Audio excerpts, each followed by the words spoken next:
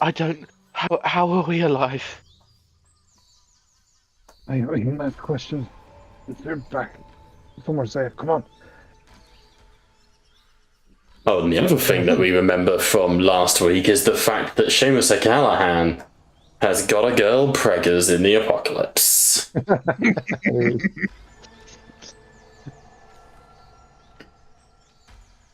I also believe I'm currently carrying her bodyguard style, wasn't it? Yeah, she is. She took the blunt force of that bomb. So yeah, Sarah is in a rough state, to say the least. Yikes. Come on. We need to get back to the manor. Oh no. Hold on there. Right. So, as you push out into the darkness, as night is beginning to sweep in, we are not quite yet at the point where the walkers will go full 28 days later. But you can smell on the air the increased heat and activity around you. They just seem a little more alert. What do you want to do, team? Liana's gonna take the back. Mm-hmm. Seamus is just going to be like leading the way back, Yeah. but he's also going to be keeping an extra eye out. Same for Liana. Okay. Both of you make scout checks for me.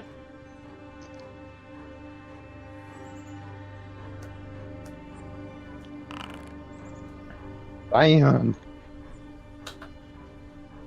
Jesus Christ. Yeah, Okay. well, I And was so Pat? lucky last session. Two failures. One Ooh. success though. Oh, that was your roll. I thought that was Ileana. No. Apologies. One success for me. In To be Okay. fair, I rolled insane last session. This You makes did. sense. Pat, exhausted, carrying Sarah on your shoulders, you find yourself struggling to keep up, lagging behind as the group pushes on and in.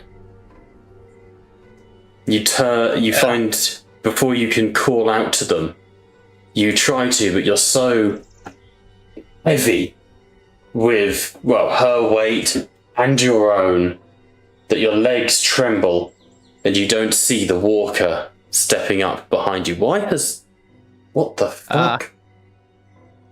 I'm sorry. It's randomly opened Top Gear. On my... Huh? Why is... Bob. I'd like to say that I would still be behind Seamus, even if Okay, make a scout check for yourself then, so that you can see if anything's coming. You got one success. Cool. Right, we are live. I would like the chat box to work, please. Thank you. There we go. Yeah. Randomly, my computer randomly just like, don't watch Tattletales RPG. Watch Top Gear from 10 years ago. it's better. Straight up. I mean, it's not wrong, but, you know, bit fucking rude.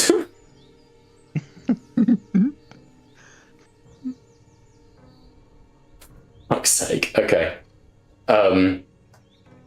You, Ileana, I'm going to roll privately to see what... Fuck off, Pally. Sorry. There you go. Let's see what happens. Okay.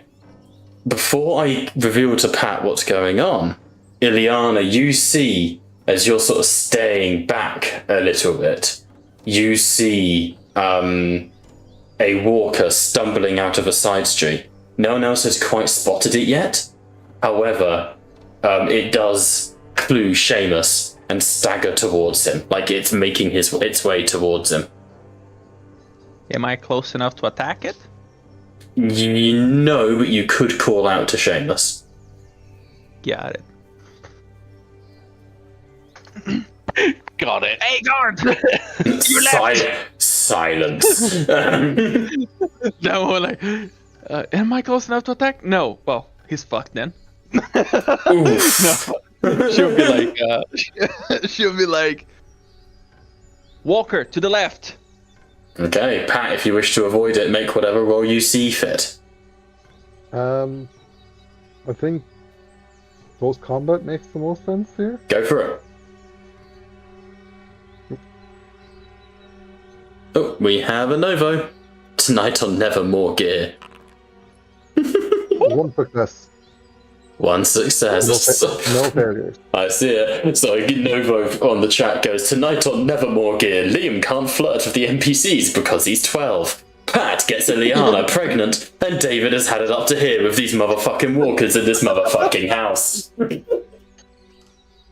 Honestly, a There's vibe. already enough goddamn kids to be in this goddamn house. Liam has been Need another laid goddamn one. too many times. Too many times, I tell you. That's enough of the fucking in here. Honestly, Fucking A. Liam's addiction to women is becoming a problem. He's changing Yeah. his ways.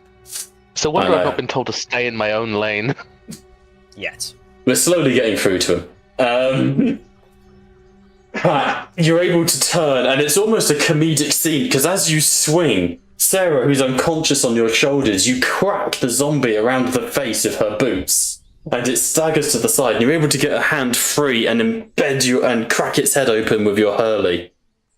You were able to put it down without too much of a problem.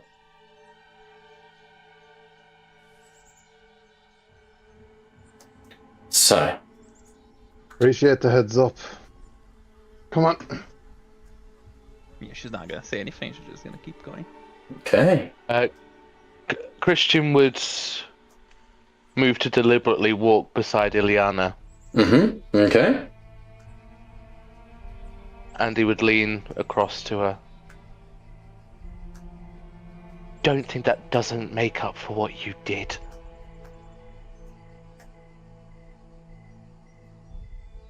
She's gonna look at him. Why is Sebastian huge? He's been hitting the gym. Apparently so.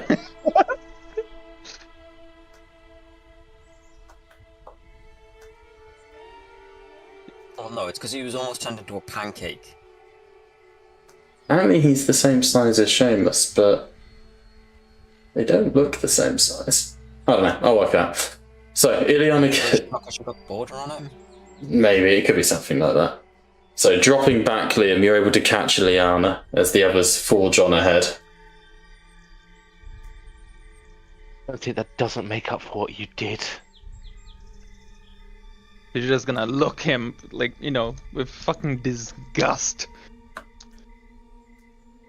Couldn't Oh, get go the on. job. She's Go just on. gonna, you know, walk away from him. Just Go on, say something. I dare you. not my job to keep you alive. No, you'll have an hard enough time keeping yourself alive.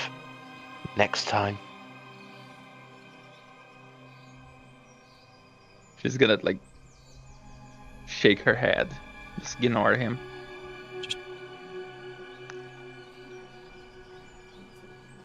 Gonna call out even while he's still talking. Come on, you two, stop.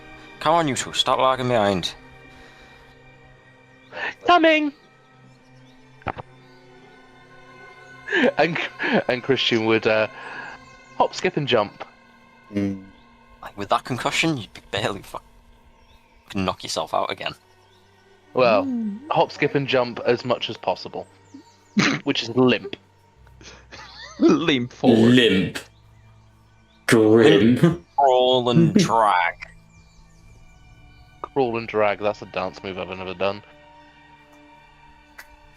The journey home is a slow and ponderous one.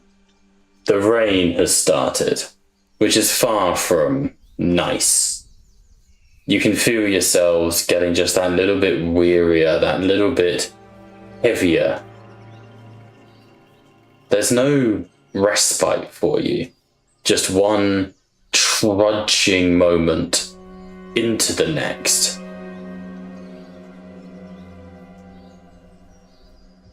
I think it's this time when you start to realise, because we are only so far into the apocalypse, I think it's around the sort of time you realise there's just this constant sense of dread. At no point has there been talk of the world coming back, of redeeming things and going back to the way they are. Even the military have stopped talking about that as a concept. I think it's at this point, as you walk back to the farm, I think this is when you realise there's no coming back from this. This is the end. And even if humanity does re-establish itself and you're able to, pull some shit out and, do the impossible, it will never be the same as what it was. The old world is well and truly gone. And I think that, puts a bit of a hamper on things, so to speak. Understandably so. It's about 9:20 as you get back to the farm. You can see that even though they've tried to block out the windows as best they can, there is definitely people still alive and active inside, because you can see the flickering lights. As you approach, the main set of heavy front doors begin to open, and rushing out to see you, Peggy was with you, wasn't she? No, it was just Sarah. Just Sarah. Yeah. You see the doors open, and you see Peggy and Matty rush out to you, instantly scanning, seeing if you're being followed. Peggy sort of grabs Christian by the hand, pulls him inside into the safe. Matty goes to Seamus and takes the weight of Sarah over his shoulders. "Thought you've been gone a while, lads. I was getting right tense. Are you well? You alive?" Fairly Oh, eventful. But By the way, you never mentioned the nail bomb your grandson had. "Fucking nail bomb! What?" And he looks at Liam. You had a nail bomb, lad. What you doing making? In my defense, he's the one that set it off. Who showed you how to make that? Hey? Well, you did like watching those war movies, and I paid attention. Listen, son, you weren't meant to watch Johnny Was With Me, or The Wind That Shakes the Barley, alright? And you certainly weren't meant to take inspiration from him. Hey, we're alive because of it, kind of. Get your asses inside, we need to find out what the hell's going on. And he sort of brings you in. What happened to Sarah? Got thrown by the blast. Christ, understood. That's 2 patients we've got today, then.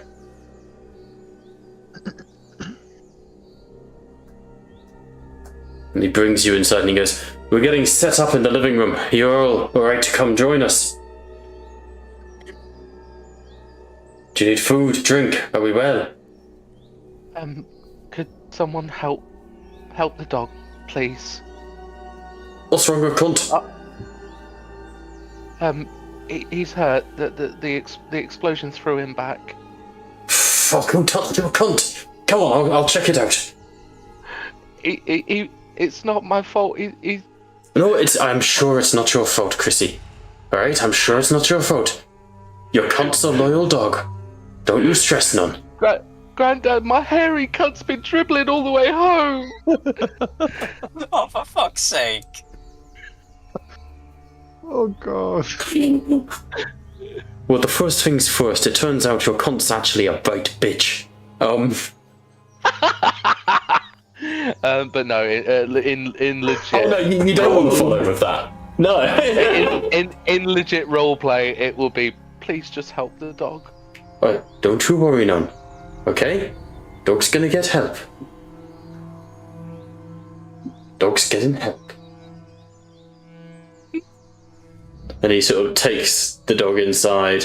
You're all moved as quickly as possible into the main sort of living room here, where you find Chloe and Ray and Liam still in debate and arguing.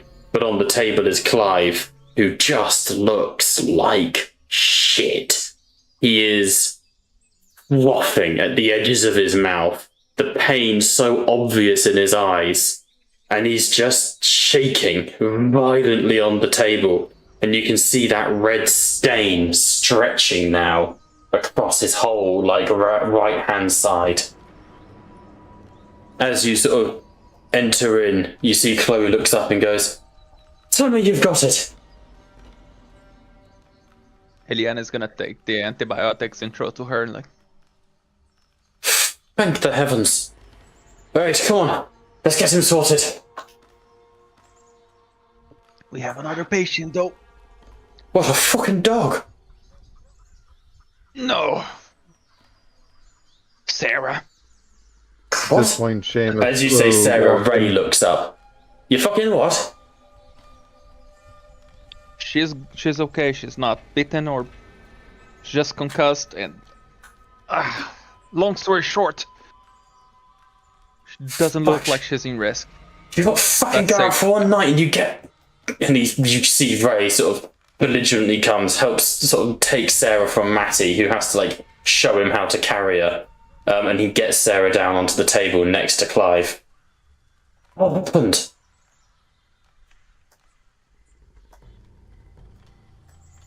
Huge fucking ambush, that's what happened. Fuck. She bit. No. No, she's not bit. Something at least.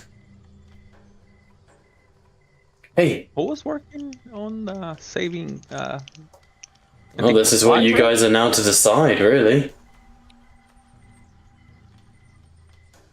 This is the question. You have the medical supplies, you have the kit that you need, but someone's still got to do it. I'll do it, I'm already the medic of the group. Okay. I will aid by holding down Clive with. It's Okay, Liam, so isn't you're- it? The other big guy who's Matty? Clive's friend. No, Or the Liam. guy. Yeah. It's like the two of Eliana. us will hold him down. I think Matty was going to help. The Mhm. question. There Eliana is gonna go check on Sarah. we go. Okay. Okay. Okay. Right down on this lad, I say, well, I just grabbed like a piece of like wood Mm-hmm. so that Clive can bite down it. Okay. Right, this is use of medical gear. This is an emergency surgery because he needs Yeah. it. But it's not going to be just one roll. No, So- this is the first roll.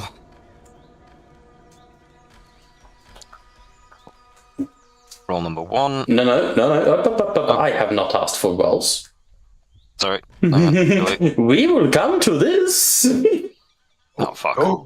So, It's gone. this is the apocalypse. You don't necessarily know how to do these things. How do you fix a ruptured appendix? Knife it up. I'm fucking Rip with it you. up. I'm not actually going to ask you how to do. Okay. Brain would say, cut up, cut open, remove, suture the 2 ends where you removed it, Mm-hmm. drain any bad fluid, fucking Okay. stitch him back up, and pray to fucking God. Before we start, Yeah. any fire anywhere nearby? We need to sterilize whatever the fuck we're gonna use. This is the living room. There is a fire, but it is currently not in use. Also, Eliana's gonna go you would lit it boil you'd boil and sterilize them like that. You wouldn't use the heat to sterilize. There's not much time to talk about this. Yeah, She's just gonna go lit the fireplace or whatever the fuck. Hey. Eliana goes to the side, begins lighting a fire, and you sort of grab a few bits of like silver and metal from the sides and you start heating them. The first things first. Sebastian, you roll Clive onto his side and he... as the pain floods into him, I need you to make a scout check for me to assess the damage and the wound. would we have de-stressed it all on this walk back? Yes, I will count it as because also everyone can lose 2 stress for anchors and what's the word I'm looking for? And like time. Okay. Okay, let's roll this.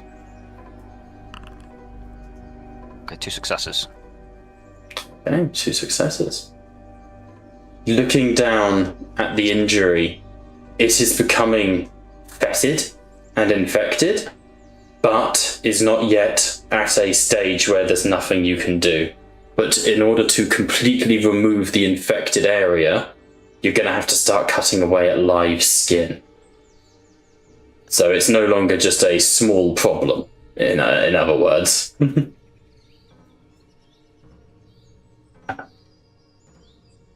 So I'll relay this to Clive. Right, Clive, I'm going to be brutally honest with you. This is going to hurt a lot. Don't we have any more painkillers? You guys did find some painkillers in the shop, I believe. Mm-hmm. I didn't No. take all of it. We can give you painkillers now, Ugh. but we can give them to you after. Ugh. But we've got a short supply. I need you to make the choice. Can you breathe through this? I'll give it a go. Okay. I want to be able to walk after because we gotta get the fuck out of here, lads. Just in case. Can I make a leadership check to try and increase his morale? Sure.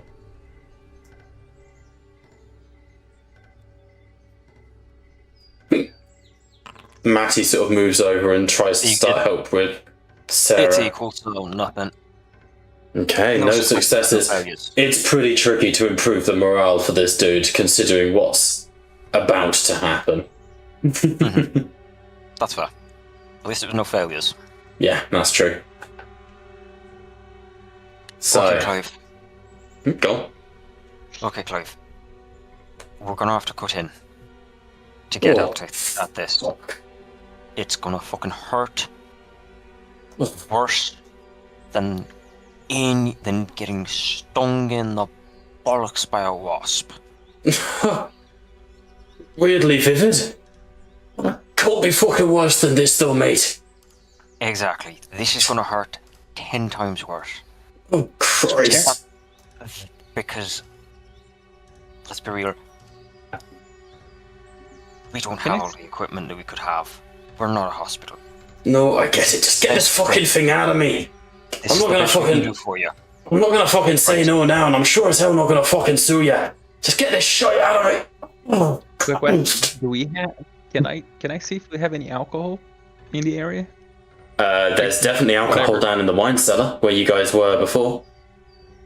Yep. Yeah. Any high-proof spirits, i.e. vodka or anything, would be good for disinfection. Mm-hmm. That's So, if you can go get any of that, great. So, I'll go right, go, Lieutenant, go check the cellar, see if we've got any vodka. Because that's going to be great for disinfecting anything that we use on him. Somebody needs to take over the disinfecting the fucking knives in here. And she's gonna leave. Okay, make a scout check for me if you're actually going to go get the disinfectant. Because there's a part of me that knows you could just run off.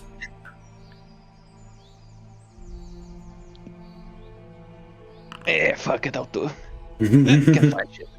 There was a temptation there. We all heard it. Yeah. No, I would never betray the party. I would never. He's too solid. If there's one thing we think about when it comes to Indiana, it's solid. Hey. With no successes, you go down into the basement. There's nothing down here. It's all been drunk. It's gone.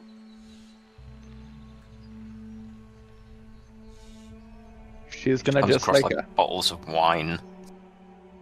yeah, I imagine that, wine would be the only thing we would find there. Yeah. So she's gonna climb up. Can I stash like 1 or 2 bottles though? Maybe one. Depends where you stick it. In the backpack. Okay. Just wrap around You and can kind add of- one. You're welcome to add one to your Got it. character sheet. Chateau Bordeaux, 1862. Ah. Smash! That's not what I'm looking for. Oh, I need you to add it. Pinot because I Grigio, can't add 13 everything. for 1902. I mean, I guess I did like Pinot. I'll keep that. Yeah, she's gonna just get a bottle, wrap it up, and then she's gonna shove inside her freaking backpack and come up. Only wine.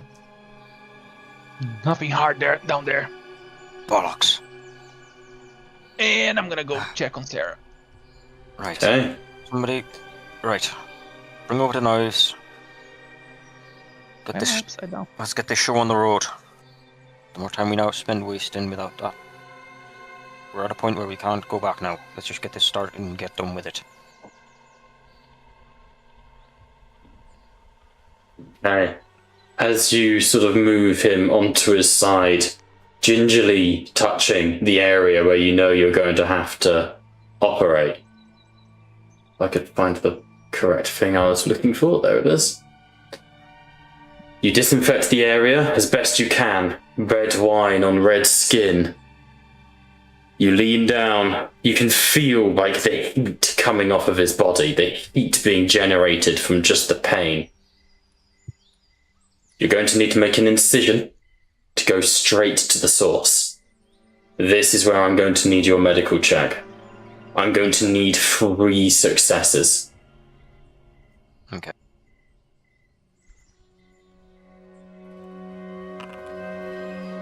I'm gonna push. 5 successes, Oh. 1 failure.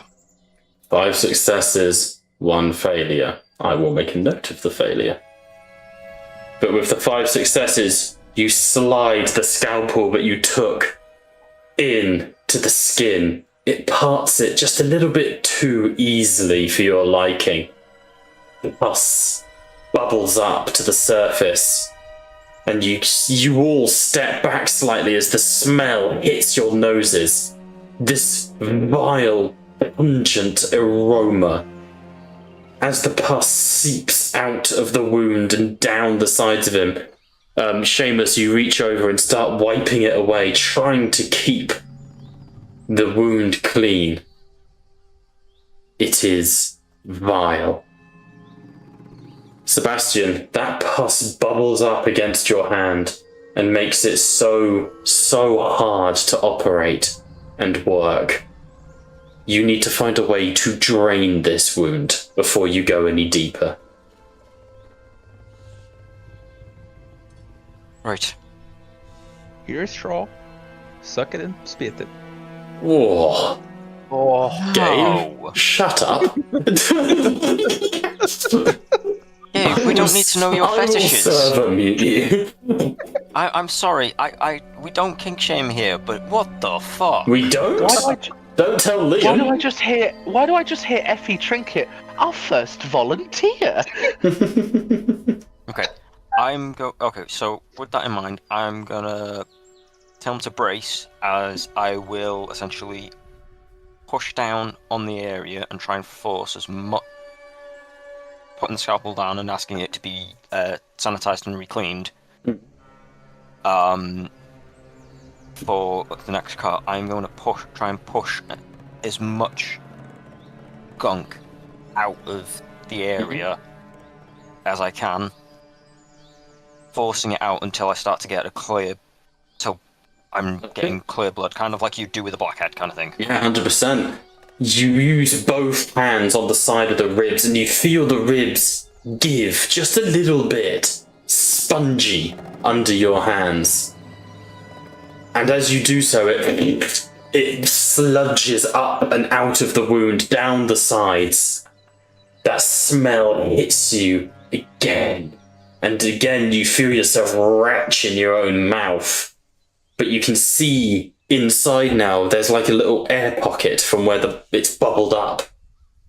A little bit more of a place to work. You can see the appendix has ruptured, like a small stone that's been split open, like a burst sack, and around it there is fucking nasty meat.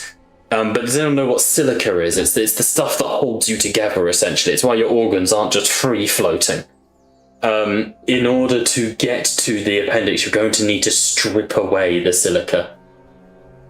And for that, I think I'm going to need another medicine check. 2 successes this time, please. Could I provide any help by... Yeah, helps 100% pinning doable. him down?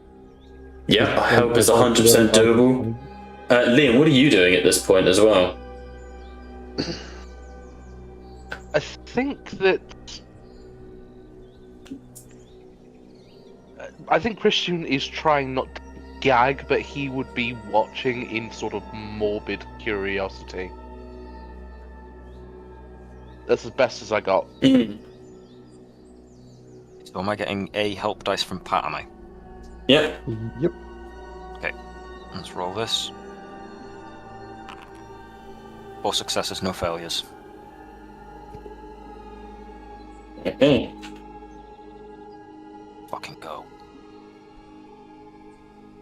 4 successes, no failure. Thin, slicing motions cut away the membranous tissue of the silica. You're able to strip it back until you can almost touch the appendix. This swollen, almost cricket ball size at this point. You're just going to have to cut it free and then stem the bleeding.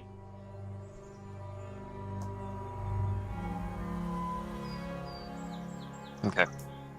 Clive, get ready. Need you to brace and keep your breathing as steady as possible for me, okay? Clive, I'm actually going to roll for seeing endurance. Just see how he's doing. You know? Cannot roll when broken. Oh, makes sense. Battered. On no successes, he's not dying, but he wishes he was. He screams into the strange muffle that you gave him. And he...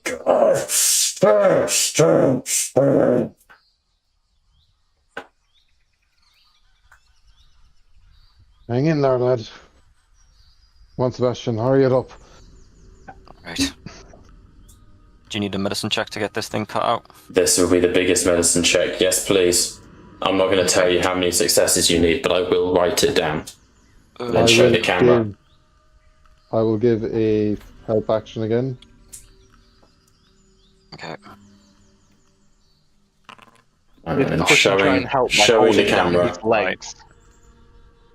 Do you wish to push? I've 1 success. Fuck.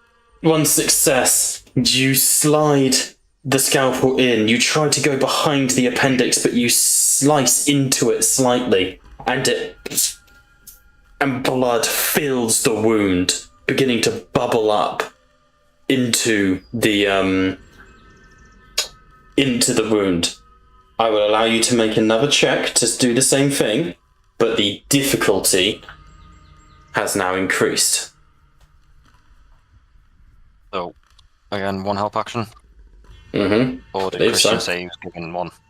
Christian? Yes, I was going to say, can I try and help by holding down his legs so he doesn't Yeah. shift? Help actions are help actions. More than doable. 2 bonus dice. Okay, let's go. 2 successes, 2 failures. 2 successes, 2 failures. As the blade slices into Clive, his body shakes, the blood is welling up from the wound. It's covering your hand, Sebastian. Can't see what you're doing anymore. And I'd like you all to make scout checks for me. Essentially an awareness check.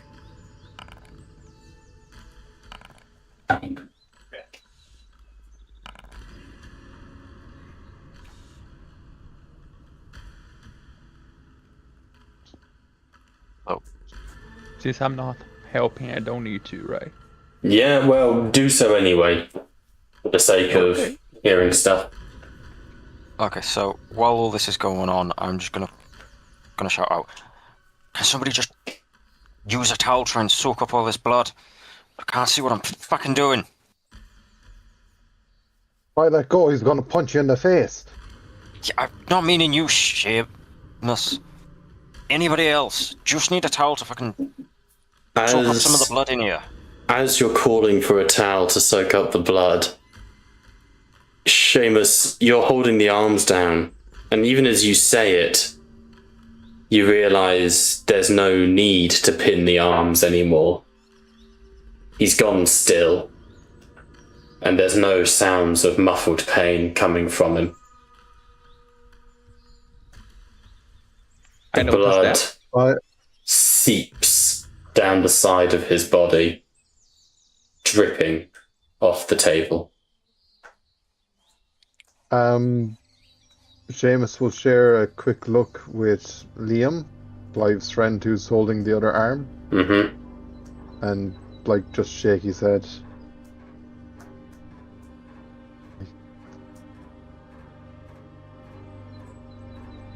Liam continues to hold the other shoulder down. Oh no. No, come on, no. Clive, you bastard, come on. Clive! Clive! And he shakes the shoulder and the head just rolls. Gabe, you were saying something, my apologies. Nah, after the reaction on Leon, I'm not gonna shoot him in the head. What, Liam or Clive? Clive. I was gonna just pull out and shoot him in the head, but no, I'm just gonna. Perhaps not yet. I will try to Where's check that? Sarah. Where's that fucking towel? I can't see what I'm doing. Sebastian.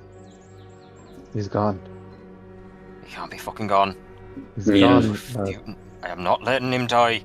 You look down and you can see the eyes have rolled in the head. The mouth is slightly open. Chloe, the lady who came here with Clive, goes, Clive, come on. Clive? Oh, Clive. And she just falls down to her knees next to the table. You realise that she was reaching to hold his hand. Oh, no, Clive. Seamus will reach out to close the eyelids. Yeah. Sorry. Gently the eyelids close. But he is gone. I'm sorry, that was too much. It'd been there too long. Just saying, if we'd been allowed in sooner, we could have fucking lived. And you can see, the stages of grief. She gets to anger as she looks at Ray. And he looks at her back and goes, oh, fuck off. It wouldn't have made much difference without antibiotics.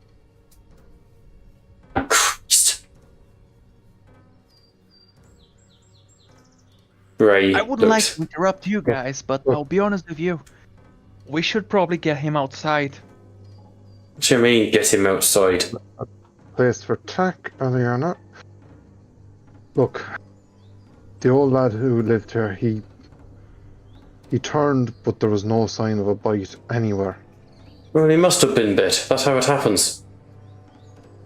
Matty and I searched. We checked every corner of his skin. Twice. So what you getting at? You're saying Clive's gonna turn? I'm saying it's a possibility. As you say that, you see Chloe steps back, hands over her mouth. Oh no! What? I thought it was like a bacterial infection that you had to get bit. If he turns, can't we Look, put him in the cellar?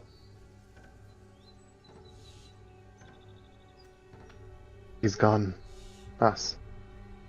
Oh, no. The best thing we can do is ensure he doesn't cause you or Liam here any harm. He was your friend. I'm sure he would hate if he was responsible for harming you. Maybe leadership check.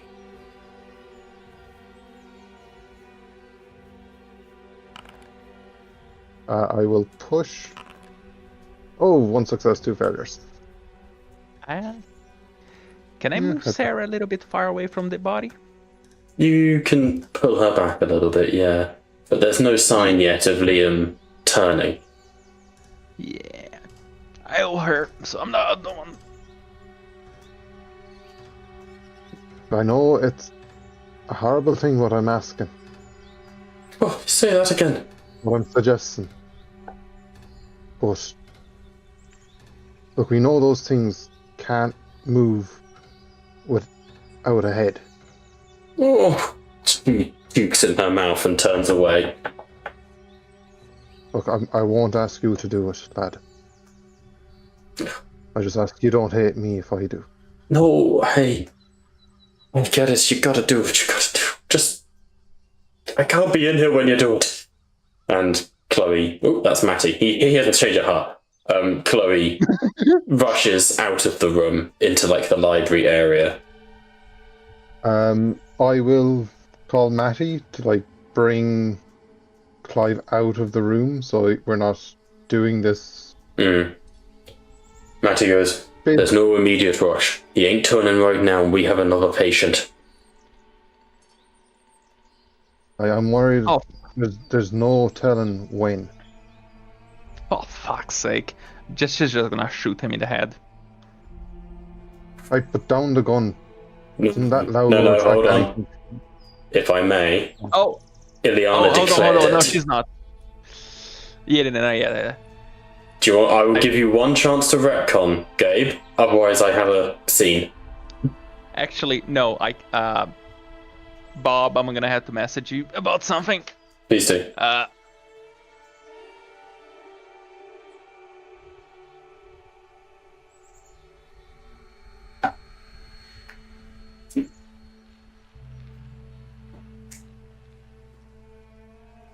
You remember about that?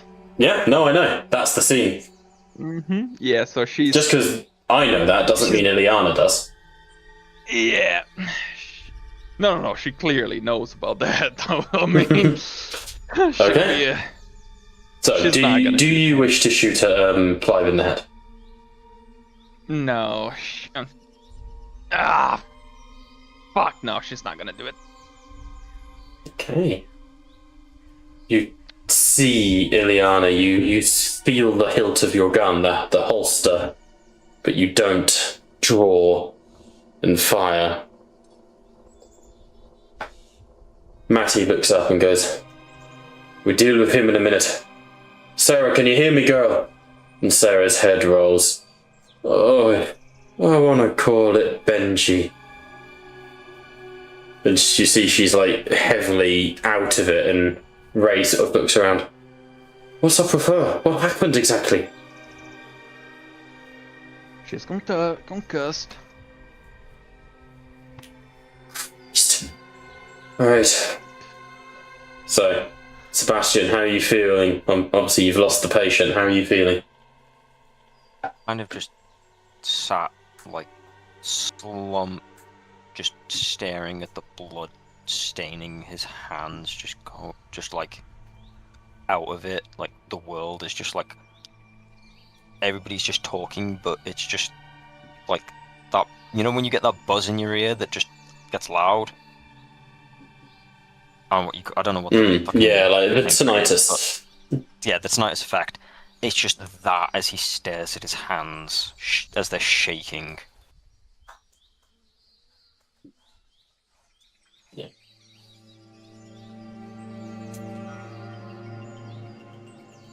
Okay.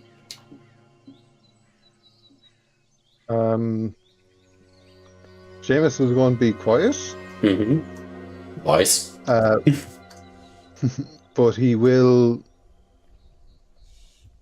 try and enlist like Liam into carrying Clive out of here.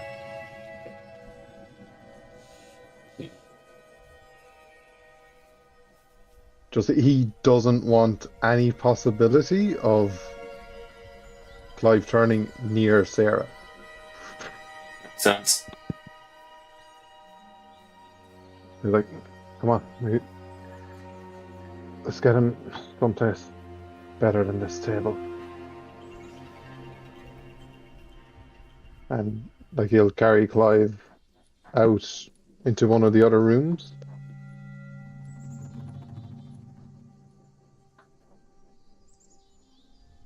And Do you execute? yeah, he will do the same as before, where he puts the knife to the back of the skull, like he did with the old man, and Yep. Hammer it in. into the blade, into the hilt, and twist. If I may, please roll an empathy check.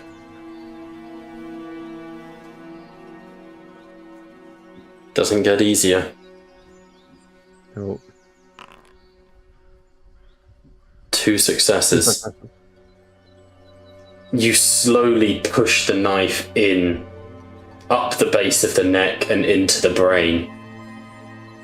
It feels awful. There's like tears going down Seamus's. Like he is getting flashbacks to that cell, to his friend who turned, who he had to put out of it, like who he had to put down. That's all he's seeing in his mind.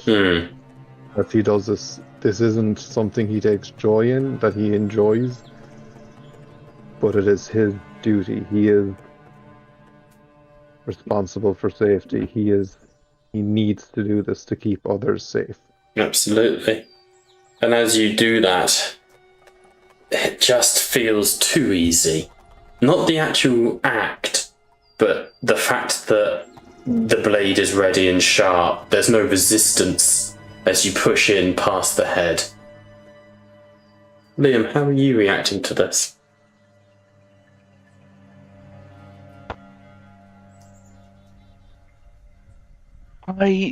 Christian would be. He's not used to walkers. He is used to walkers dying at this point. People are still strange. And he's not yet what Christian would think as one of the undead. Yes, as far as you know, there's a chance he wouldn't turn. You only have scattered information on the fact that people, you assume people. I'm happy to say you guys can assume that people now turn after death because you've seen it once or twice. But you don't know if it's always, I don't understand why we're doing this. He's already dead. Can't you leave him in peace? I don't take pleasure in this. But if there's even the smallest chance that he can become one of them, I know if I died, I'd want the same done to me. I would hate to come back and as one of those puppets on a string.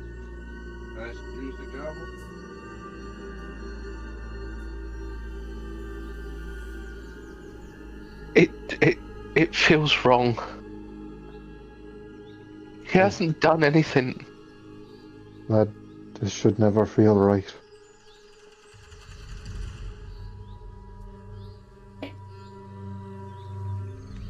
This isn't one of the things you do. And if it ever does feel right, that's Christian your body would- and your mind telling you you need to stop.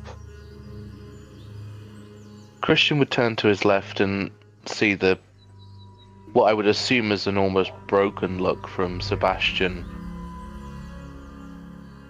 And he would try to hug him in comfort.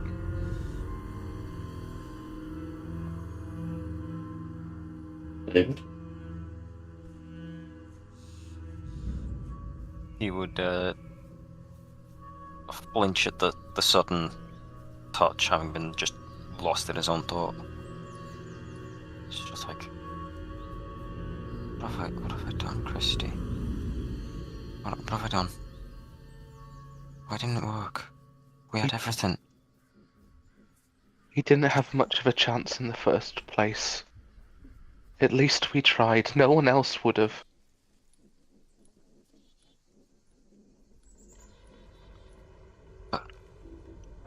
I did that to him. I'm didn't- the reason he's gone. You didn't do that to him. He was dying anyway. And I could have fucking saved him. And I failed. If you could have saved him, you would have saved him. But you told me that Dermot dying wasn't my fault, and this isn't your fault either. Live by your own words.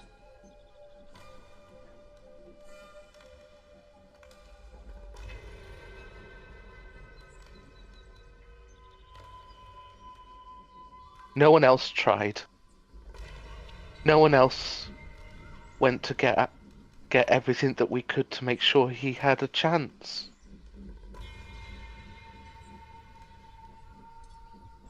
But we were too late. You're saying that you gave him the best thing you possibly could. You jargled. Apologies, Bob. For a little bit there, yeah, you joggled at the start there. Sorry. Apologies. As you are saying this, you are right. You gave him the very best chance you possibly could. The dice just weren't in your favour. Unfortunately, he is gone. And as you begin to make your way back into the living room, you can see Clive is fucked. Liam has gone and sat in the corner, head in his hands. Peggy, because Peggy's a nice person, has gone and has put her arms around him just to give him some comfort.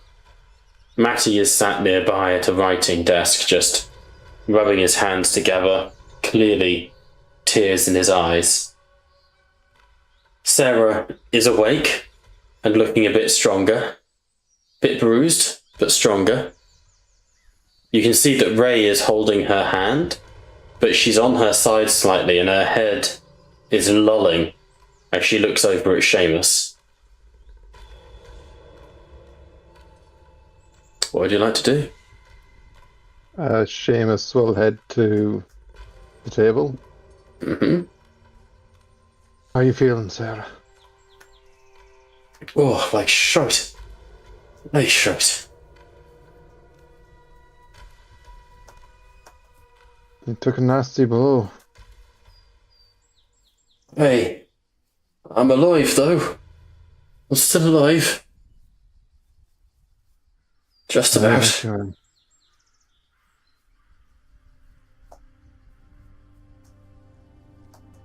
How's your vision? Is anything blurry? Are you? She How many fingers am I half, holding up? she half looks at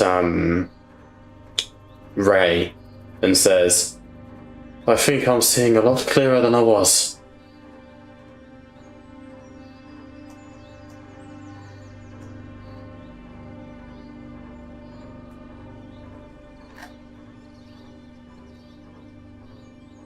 What? What do you mean, what?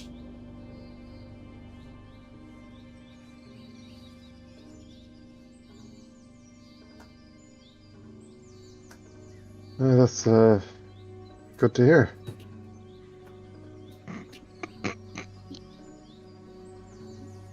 She sort of frowns at you for a second. We need to talk at some point, I think. Work Oh, yeah. shit out.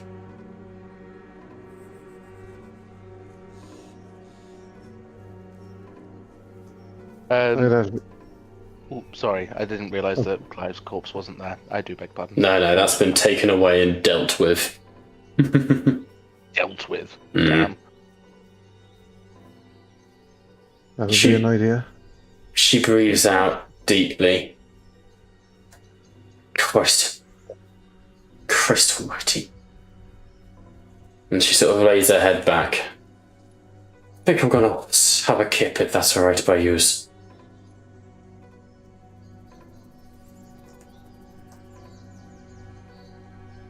Let's get you somewhere a bit more comfortable than a table. She nods. Please. And you see Ray goes to lift her. I was just going to say Seamus moves to lift her. The two of you sort of... There's a moment and then Ray goes, "Oh, probably better if we both do it. One of us might drop her." Aye, yeah. I wonder, some of the beds upstairs might be a bit better. Aye, let's get her up there. And between the two of you, you start moving up through the house. You're able to put her down into the bed where she is half asleep, her head heavy, and, you know, she's just in seconds, she's out. You know? she's clobbered. And Ray sort of steps out and closes the door. And hey, you say she got hit? What boy? There was a horde, about 1,000 strong on the street. It improvised a bomb to clear some of the way, but the fuse ran short. Oh, Christ. We couldn't all get free. I got thrown into a car. The lads got tossed. The dog got tossed. Alright, I'll go check on the dog, but... Trace. And he sort of looks at the door. Don't know what I'd fucking do without her, Maddie. So it keeps me going, you know. God.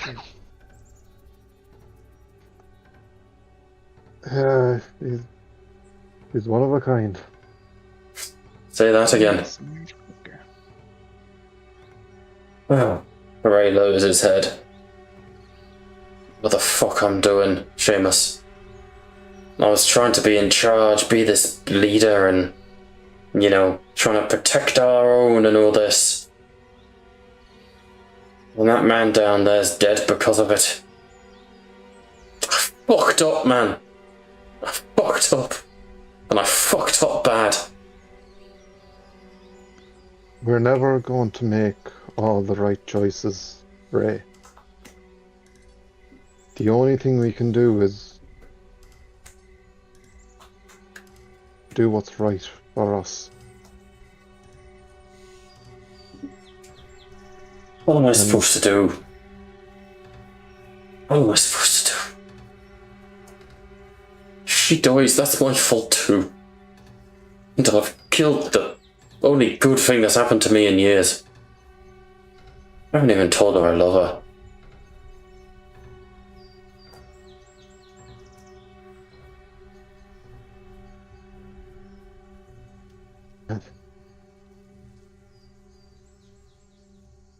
I don't know what to say, lad. I wasn't the best with relationships.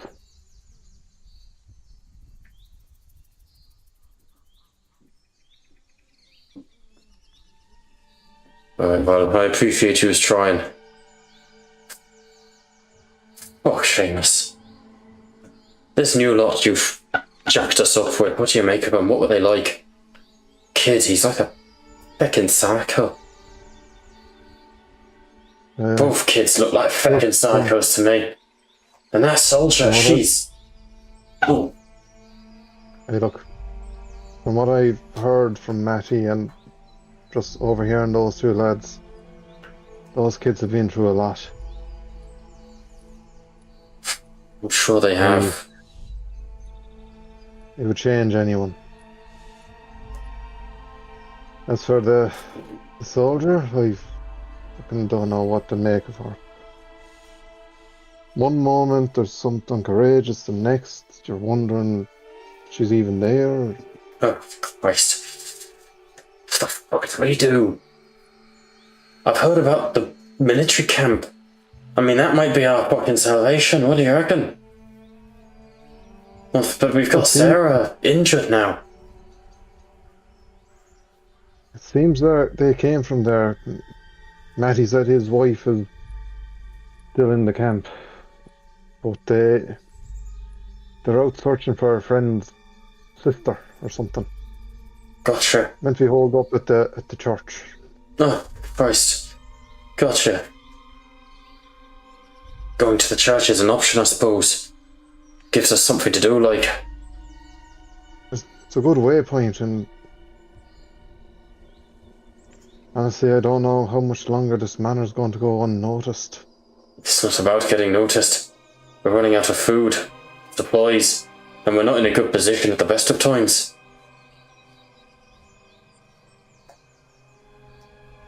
Oh, we've got to move, Seamus. Can't bail on Sarah.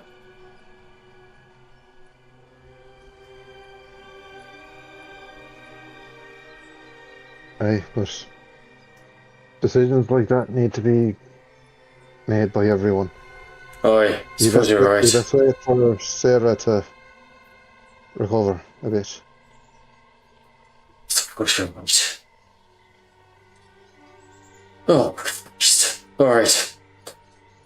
Let's go convene with the others then. Sarah's safe up here for now.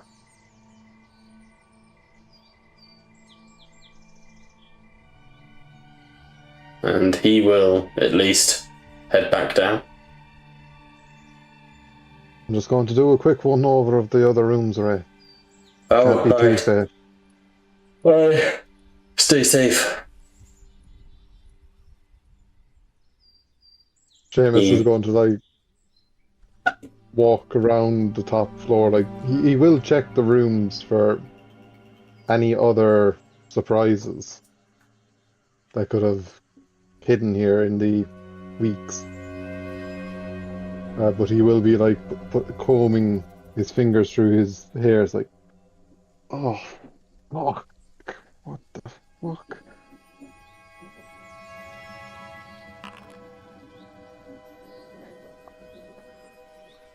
Hey. Okay. You are able to do so while not being noticed. Okay? I will add things to your character sheet so that we remain elusive. Got it. Where is Iliana? In the entrance. Oh yeah, now there's two. Now there are two of them.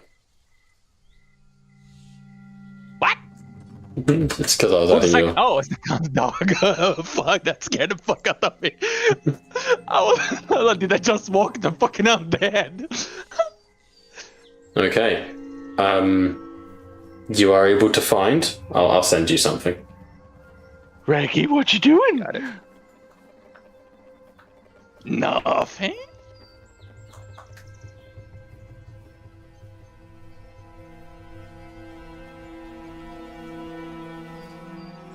Okay, I'll take one of the rolls from earlier.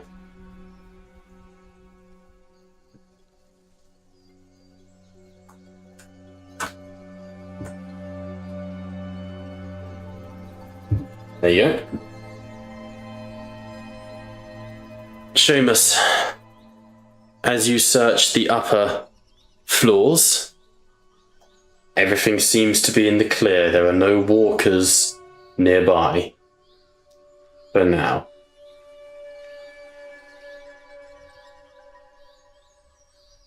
Seamus will give a final look in on Sarah before heading down to join the others.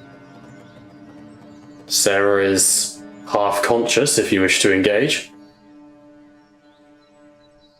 I think Seamus will leave her rest in this situation. Then we have a very sad little moment as Seamus closes the door. And then just behind, as the door closes, as the audience, we hear Sarah go, Seamus? But Seamus doesn't hear that. Just to fuck with you a little more. Yeah, well, Seamus fully thinks like she needs to recover, needs to rest. So he's like just checking in and trying to like mentally prepare himself for a conversation that won't out everything. Gonna be a good one. As he makes his way back downstairs. As you make your way back downstairs, you are able to find you are able to get back into the living room. Obviously, Sarah's no longer there. Ray has plonked himself down on the couch and is sort of staring into his own hands. Seamus, Matty across the room looks up as you enter and gives you a nod. What's everyone doing? I'm going to keep it rolling with you guys. Christian is going to be absolutely in pain and knackered. Seb, do you want to get some rest? I feel like we need it. Sebastian is just gonna, like, without actually saying anything, is just gonna kind of just slowly just like stand up and walk outside to the lake and just be there scrubbing his hands. Just like continuously, like trying to wash the blood off, even after it's gone. Just like he's in a world of his own at the moment.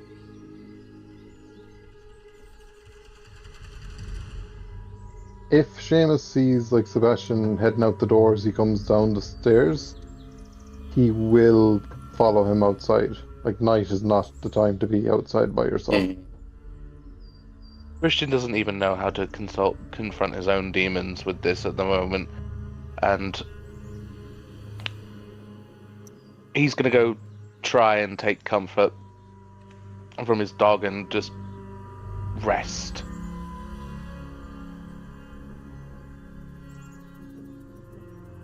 Hey. Sebastian, lad. Lad, your hands are clean. No, they're not. No, Filthy. Okay. Perfect. Seamus will actually like grab him and physically pull him back from the lake. Lad, look me in the eye. You did everything you could to save him. But no one here is God. No one. We can't save everyone. You did your best, and that's what counts. You gave it your all. No one can expect more from you, lad. Done better. I should have been better. Lad, and he'll pull Sebastian in to his chest like that. You're as good as you need to be. Okay? You're as good as you need to be. Can I make an empathy check to see if Sebastian actually takes that on board? Please do. Where the there we go.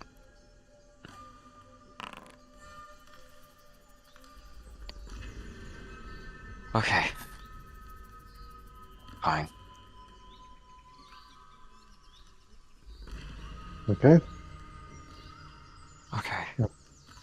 Come on, we guys get back inside. When the It's all like being out here this day. It's just fuck dark. did it turn night? I know it was never this. It wasn't this late. Come on, lad. Back inside, and Seamus will take him under one arm, kind of leading him back inside. And like Sebastian's still kind of just like not realizing how long he's been like dissociating for. Or just and like the realization like a lot more time has passed than he thought. He'll just like go with it, just like kind of slowly being brought back to reality. Seamus will make sure that when he enters the manor, he'll pull the door closed, twist the lock, and put. I think was there something blocking the door? Yeah, you can move? slide like a heavy bookcase across. Yeah, and he'll be moving the bookcase back and front. Sebastian will just like kind of half in a daze, just like wander over to Christian. It's like, hi Chrissy, how's Cunt? He's probably just wandered off. I'm gonna go find him. That's alright. I'll come with. I'll come with. I'll be easy to find him. Come on. He'll be about. No, he'll be about, and the company will be good. Yeah.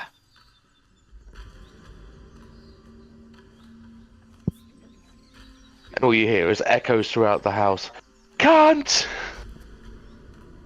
Just like can't. There's like a faint laugh.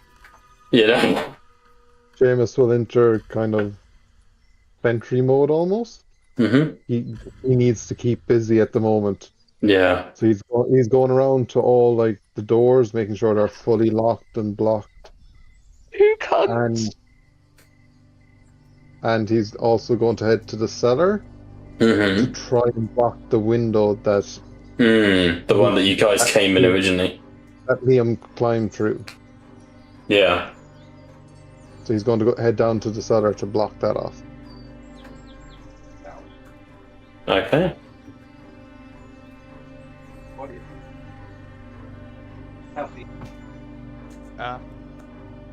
Could I go upstairs? Mm-hmm. I would like to find a room in Sarah's room. I think she would be sleeping, right? Yeah, no. A little part of my brain just thought you were going to go like get a pillow and just over the face. No. At this point, I have such dark expectations from you. No. She, Sarah is the only person that she owes her a favor. Yeah. She owes her a favor. That's Fair enough. Oh, so this is go sleep.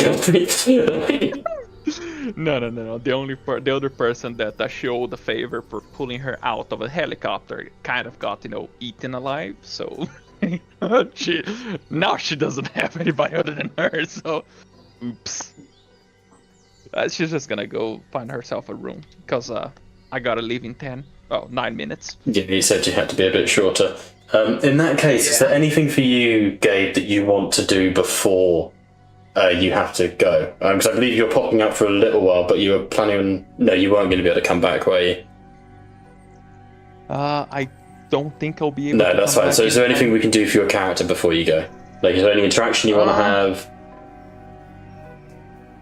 I would also say, this is an opportunity... I think Ileana's not an idiot.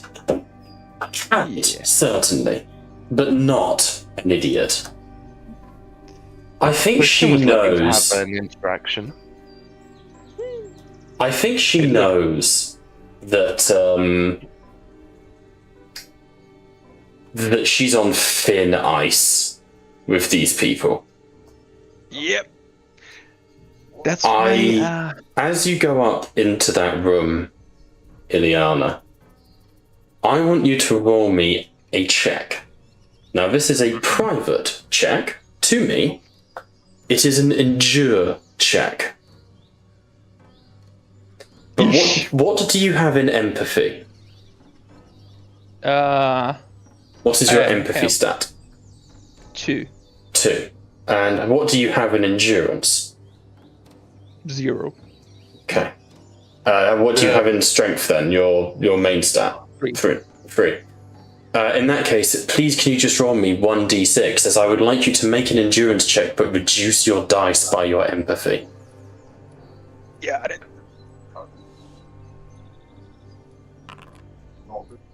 Okay. Ileana, as you enter into that bedroom, you close the door and softly lock it. And you breathe heavily, slowly. And from behind you, you hear breathing. And then a voice starting to find things a little rough-y, Ileana. Shut the fuck up, Thomas. You were dead. I love that you instantly knew what I was going for. Yep.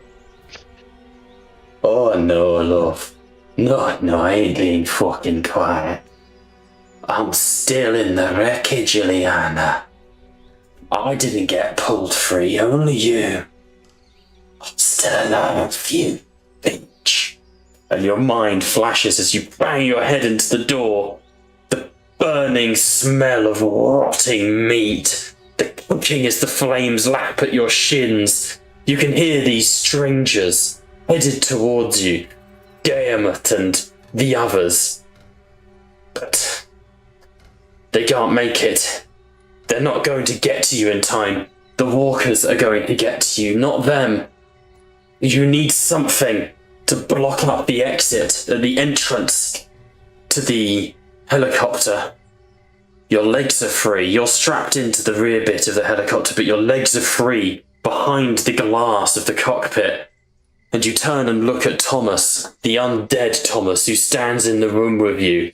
Eyes sagging, mouth broken to the side, half his body burnt, the other half eaten.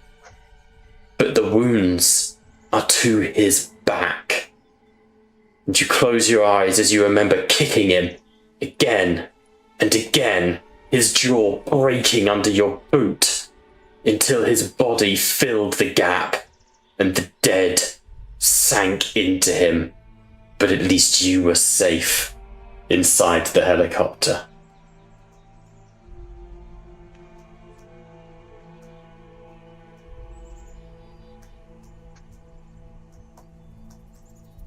The rotting carcass continues to tilt its head until there's a pop and a bit of vertebrae sticks out of the skin in the side of its neck.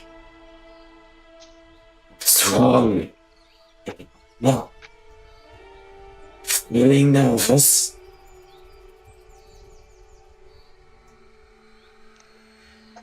And if you fucks are gonna get me. Oh. I know it. I know that all of you fucks are after me. Well, gotta get me. And the door opens.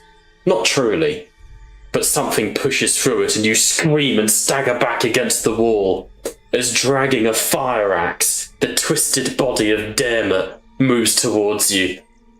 You could have saved me, Ileana. You entrusted my care to a fucking child. But you're a soldier. What happened to protecting people? And he starts to lift the axe, but the elbow splits the wrong way, bending back on itself to lift it above its head. You got me killed, girl. Yeah, she's just gonna, grab whatever is close to her and start throwing towards him and screaming, "You chose to fucking trust them!" And she's gonna throw, I don't know, whatever the fuck is close to her. A fucking alarm clock from the counterpiece smashes into Dermot's face. And as it does, the face breaks and it slowly twists back towards you. in the face of Chrissy. One eye ripped out of the socket, the cheek missing, the throat gushing blood like a crimson bib down his chest. And shaking, Chrissy raises his hand as he holds up the ripped, decapitated dog.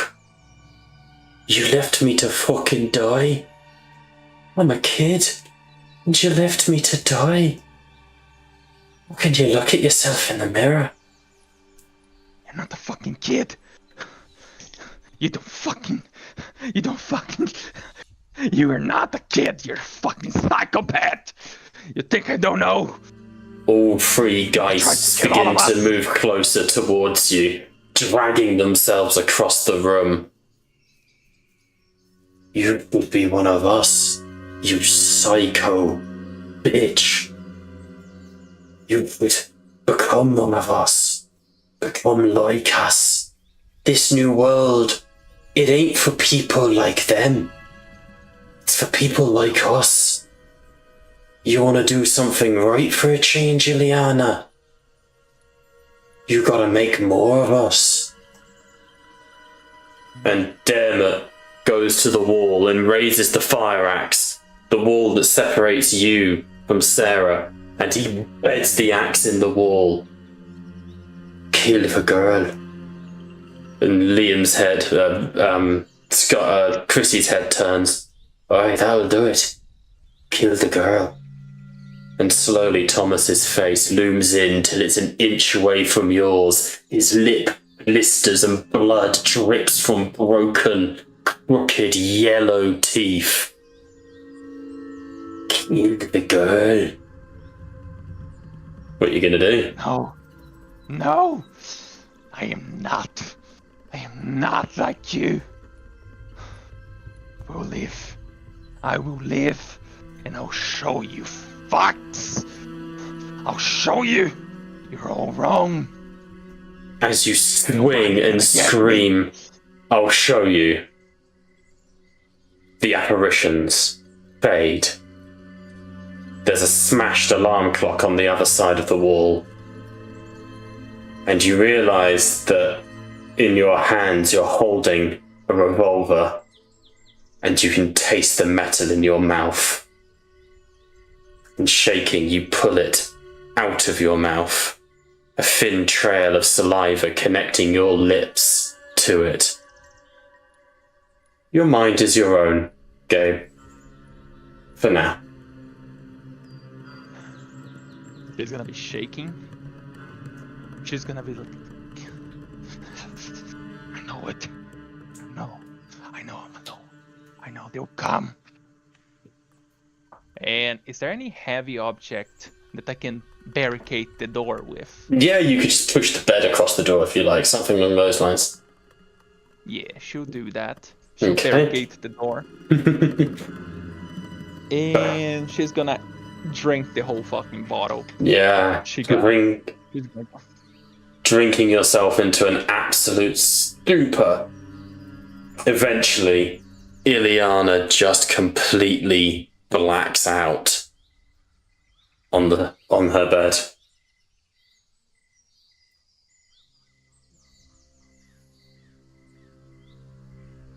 Alright. Back to here. Remove the bottle. Okay. In that case, Gabe, completely fucking unconscious. Is there anything more you'd like to do? Nope. Thank God I had gotten that fucking bottle, because other options was getting high on painkillers. Okay. No. In that case, we will return to the rest of the party. What are we going to do, team?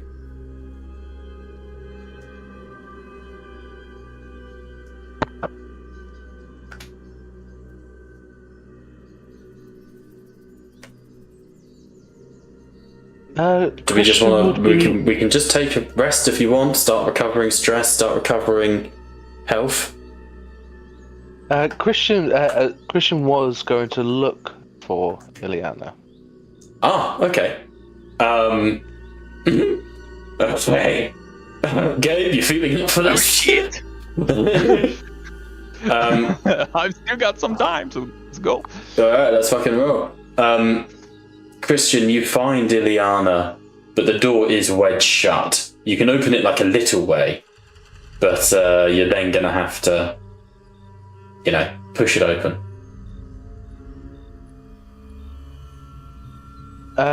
Christian, at first, he's not going to announce himself. He's just going to knock loudly. An empty bottle will crash into the fucking door. Fuck off!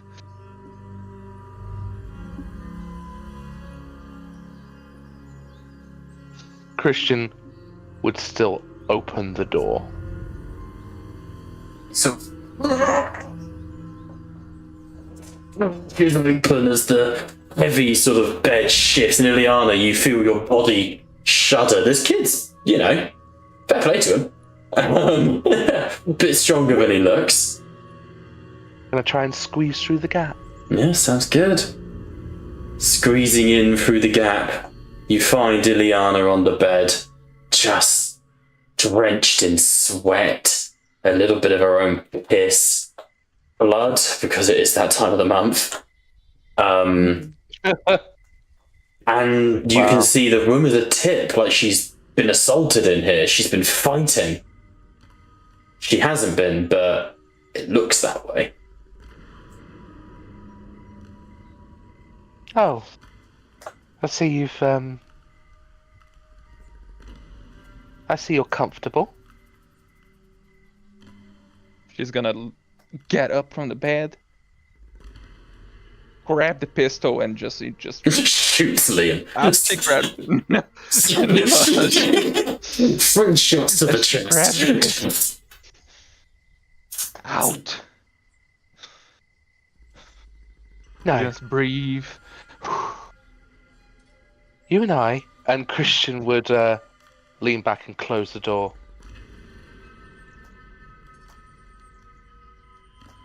You left me to die.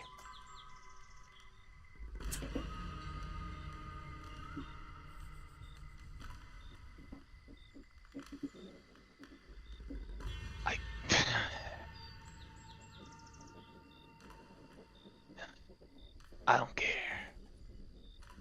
Couldn't care less for it. Listen, kid. You are not. You haven't seen the shit that I have seen. You haven't seen, you haven't dealt with it. You know nothing. You know what? She's gonna just holster the pistol again. Just let herself go in the bed. I couldn't fuck no more. Here, come close. I'll tell you the truth. And she's gonna move her head a little bit, pretty much just limp at this point. She's almost passing out. You know the real truth. Christian would come There is closer no- to her, but I'd like to pull a stealth and have my knife behind my back because I don't trust The her. stealth check. It's smart. Again, Oh no, this is you Walking can- Dead. Anything goes. If Liam kills Ileana, I hope Gabe would be okay with it. In the sense of Yeah. I won't stop it happening. We've established this precedent when Dermot died. No, yeah. I was Two successes, one failure. I was just gonna tell him you don't even need to roll. At this point, she's so messed up. She's not. You would just roleplay it. Yeah. Yeah. Oh. She's gone. With So it she's with it just- behind her back, Christian would go up to her no offense, love you, Reek, but Christian won't say that. Nope. I mean, I wouldn't trust Eliana, and at this point, neither I wouldn't trust her either. She's gonna look at her eyes are closed too. She's just You know that thing about that we told you people? That the Navy is coming. That there's salvation incoming. It's a lie. We're running out of ammunition. We're running out of food. We're running out of all kinds of supplies. We can't hold them no more. There are thousands of them. You know what happened? You know what happened in London while I was flying here? We Go on. got overrun. I saw it. I saw all of them. I saw my the squadron. I saw my whole division getting overwhelmed while they tried to give us enough time to take off so I could bring those fuckers in here. Maybe for a cure or something. It's a lie. They're all dead. There's no cure. There's nothing. There is no government. There's nothing left. We're all fucking dead. And she's gonna open her eyes and look straight at Christian's eyes. And there's nothing, absolutely nothing we can do. Christian And then would. she's just gonna like touch his arm. Hmm. Just like Lucy, just like Thomas, we're all going to fucking die. Go ahead. Christian would lean forward. I saw your types at Eden. Back before my parents went. You weren't very useful then. And Christian would lean a little closer. I never believed the bullshit that you spoke about not locking Peggy away. For someone who joined the military, you don't seem to be doing a lot of good anymore. So if you've given up, then that gun is good for one thing. And you can stay in here and I won't tell anyone. You left me to die. I won't tell anyone about it. But you can be better for it. She's gonna You know- laugh. She's just gonna grab the gun and throw it towards him like, here. It's the Colt 45. Yeah, that's the Yeah, pistol. the first one. Yeah. Yep, she's gonna throw at him. Here, take it. It's not useful. You want it? It's yours. No. Christian would hold the gun, and it's heavy for a kid. He Yeah, can barely definitely. hold it up. Even though There it's is no heavy, magazine. I was going to say, even though it's heavy, you can feel a lightness in the handle that isn't right. The hilt, I should say. You're right. Guns aren't useful. But you are if you made a fucking effort. If you made half an effort in actually helping people than you do was fucking lying and saving your own skin. Maybe Dermot. Maybe Clive. Maybe your friends would have had a chance.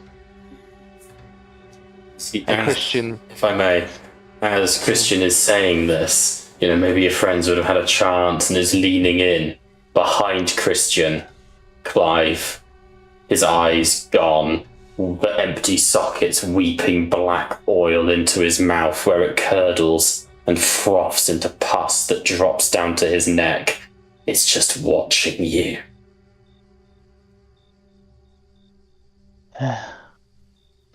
You know what, kid? You remind me of Lucy. She was our medic. You know what she said to me once? That we would come out of this alive. That we still had a chance. That we could be better. And then that fucker ripped her throat out. And the other bitch. I saw her as she ripped her face apart. As she screamed, and the blood just poured. And then it just flew over. I feel it. And she's gonna touch her face. And she's gonna just like start scratching herself. And I can feel it. I can feel it. Her blood on me. It's almost, she's still here. And she's gonna pass out. I'm gone, sorry. No, absolutely. Liam's Peace for y'all. the body, not body, but the unconscious form of Ileana just hits the bed. And then after a few seconds where you're like, maybe she's dead, you just hear a heavy, intoxicated snore fills the room. Christian would bring the knife out from behind his back. Kill her. You know what? You never were worth it. But maybe you could have been. And Christian would squeeze out of the room. Okay. But he's a little shit. Agreed. He would bash the inside of the door handle off. So she can't get out. Yeah. Okay. Smashing the inside of the door handle, you close it from the outside. I assume maybe you put a weight in front of it or something along those lines? Oh no. I fully intend for her to get out. I want her to panic. Okay, got you. This is child prank. This is just a dude being a dick. Cool. You love to see it, folks. You left a kid to die. He's not that far gone yet. He's not that bad. He's very cynical. But my God, He is walking the road to fuck. I will hear Ileana screaming, "I can't get fucking out" before the dawn is here. Hey. Let us return back over to Pat and David then, if we may. And Gabe, if you need to go, mate, now's the time. That was fucking awesome, dude. Pleasure to have you. He may well be gone. Pleasure. He may well be gone. He might be gone. Could you add Ileana's gun to my inventory, please? Because I never gave it back, and I'm not good. Yeah, it is an empty pistol. I will add it to your inventory. I took the hints there. Yeah. And after all this time, it was fucking empty in the first place, wasn't it? Yes, it was.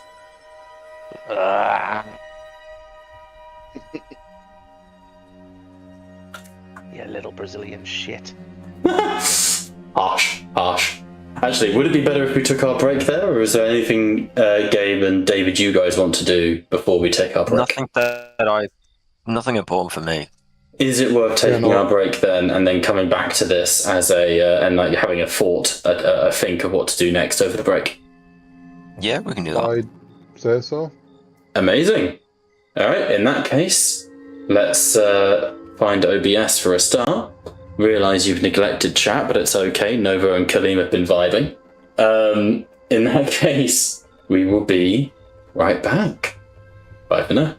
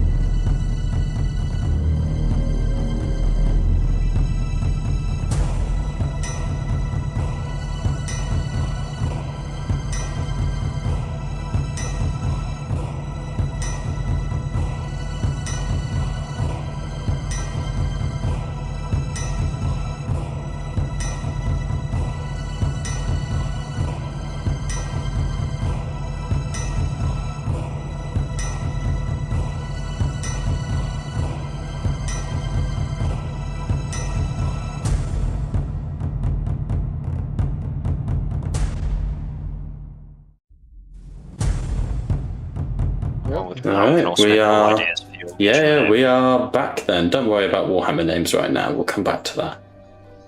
So, night has fallen across Moirius Manor. You can hear the oncoming sounds of the undead. Windows are closed. However, Matty begins to go around and begins snuffing candles. And he goes, "Alright, night's out, everyone." And he flicks a switch, and the whole house goes dark.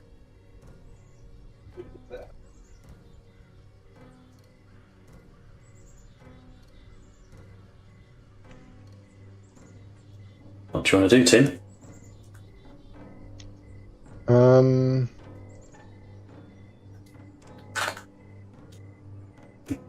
I thought we were all resting up till morning, aren't we? I believe that's the plan. Get some health points back, get, Yeah. Sounds like a solid plan for the moment. Like I'll wander around, find Christian, and then Nope. drag him to That's for a different campaign. use the fucking use my old bedroom, and I'll fucking sleep on the couch or whatever I would have had in there. Sounds good.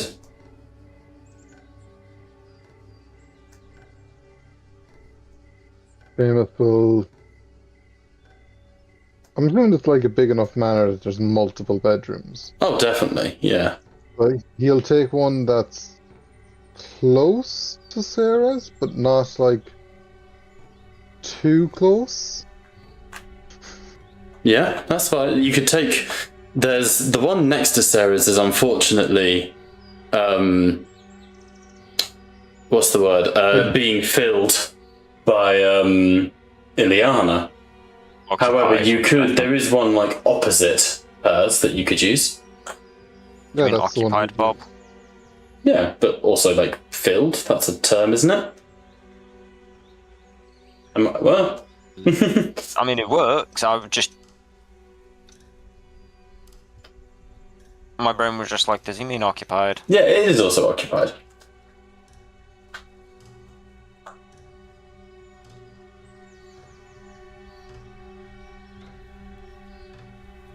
English is hard. It is.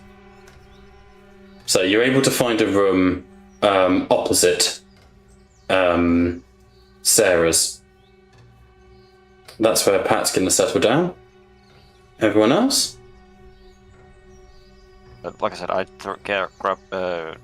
I'd find Christian and make him use the bed in my room, and I'd use the sofa that I had in there. Yeah. Because obviously, semi-rich, spoiled kid. Yeah. Christian's adult though and just goes, "The bed's fucking big enough. Get in."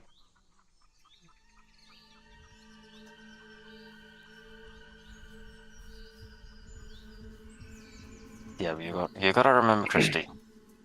You gotta think of cunt. You and cunt use the bed. I'll use the sofa. Get in the damn bed. Cunt can sleep on the floor. He usually does.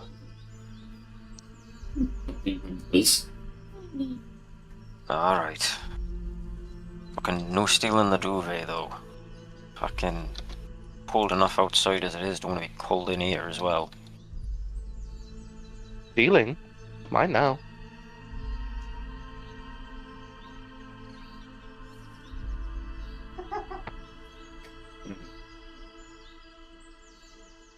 Alright, lad. Alright, buddy.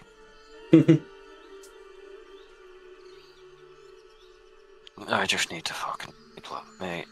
I'm just gonna fucking crash now. I'll speak to you in the morning, mate. Good night.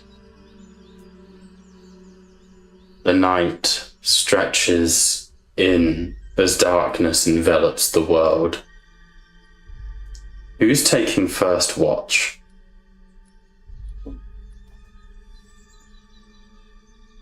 I believe it would be best left to the NPCs to take first watch. Yeah, none of them took a bomb to the face. Okay. In that case, I'd like you each to roll me a d6 in-game, and we'll see how we go. These need to be private or public? These are public, because you don't know what list I'm using. Cool.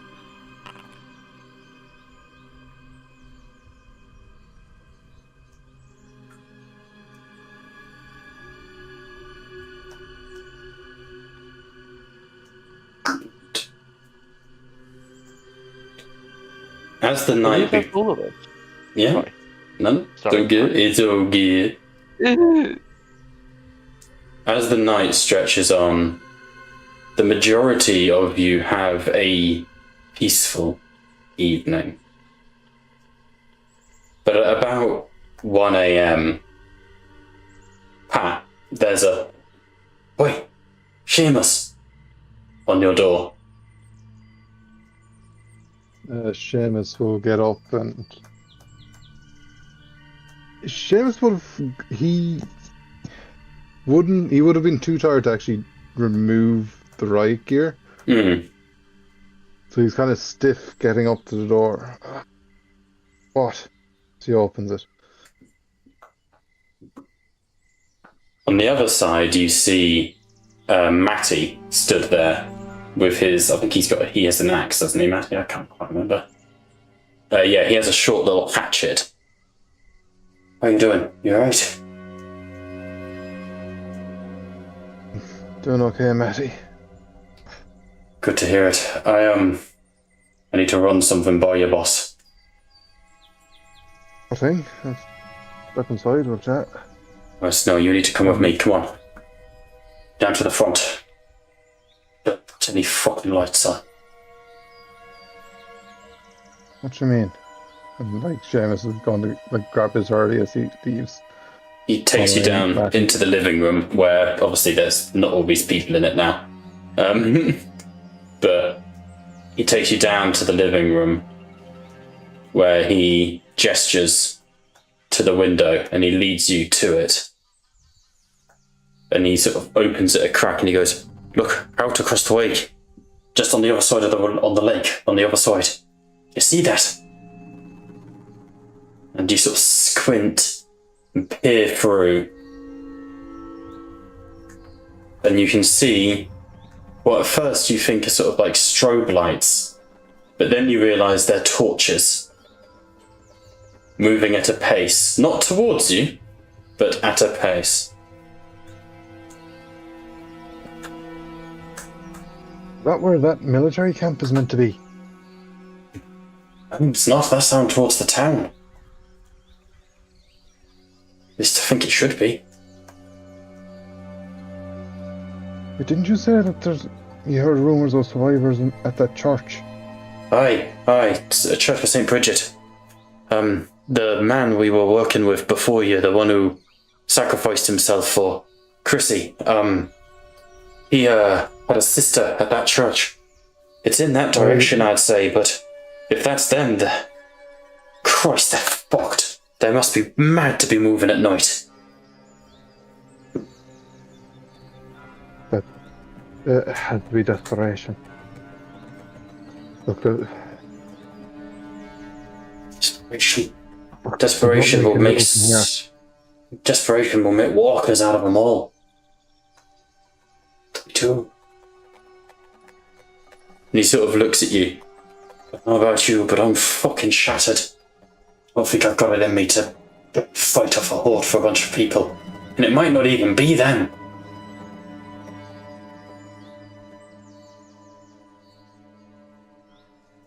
we can't make the decision between the two of us to bring hell down on this manor.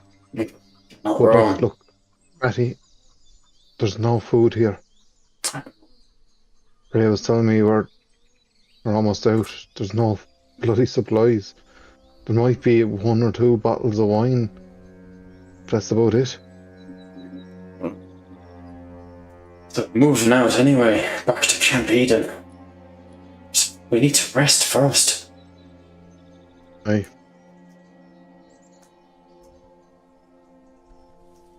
We recuperate and But after that, in the morning, we'll ask and we'll get everyone's opinion on maybe trying to meet this group or. Looks out the window again. I don't know if they've got till morning.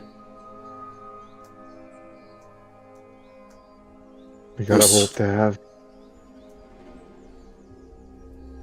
Fuck. He puts his hand to his head. Oh, fuck, they're just on the other side of the lake. Surely we can do something.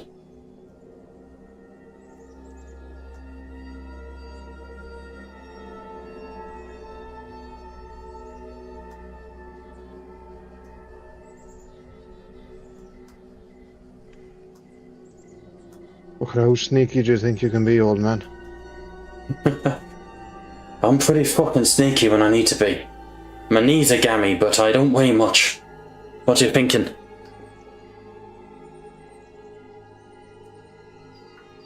Well,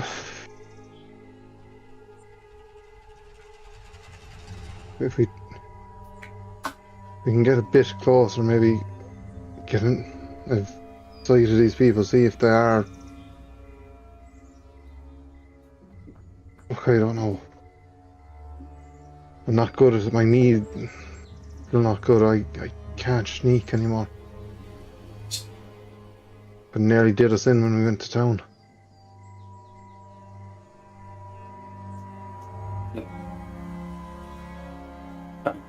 Go get Chrissy and Sebastian.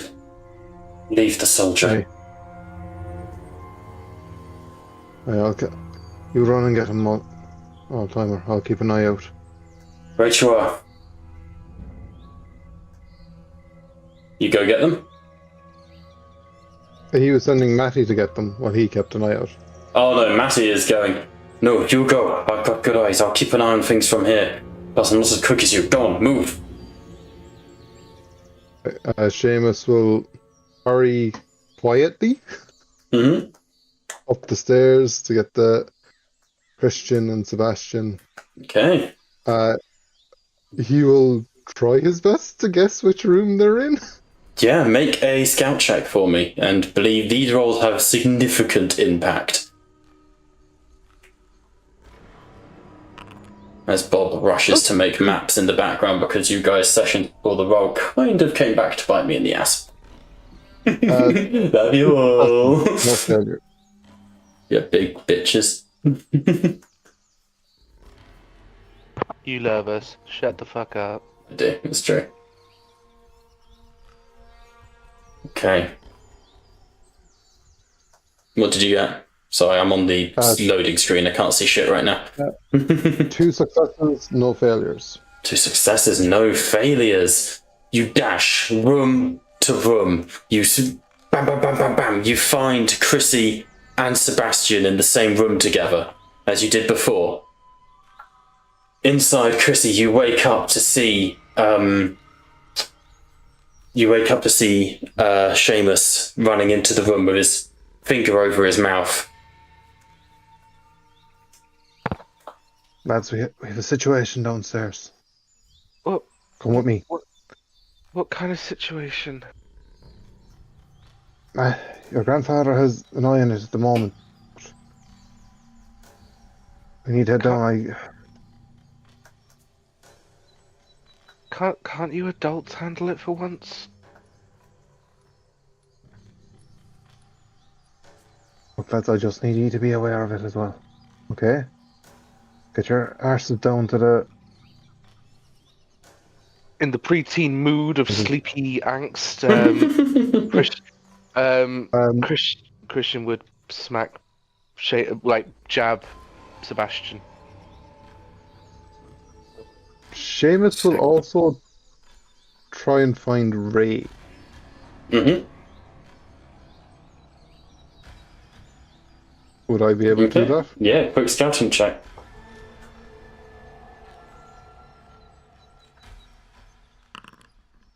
One success, no failures. You dash into the room and you find Ray. You almost trip on him as you find him sleeping with his back against Sarah's door. Ray, Ray, What? there's a situation downstairs. Come on. What do you mean? Fuck, walkers. Not quite. The flashlight beyond the lake. Fuck, alright. And you all move down, back. Where is it? Hang on. Bigger.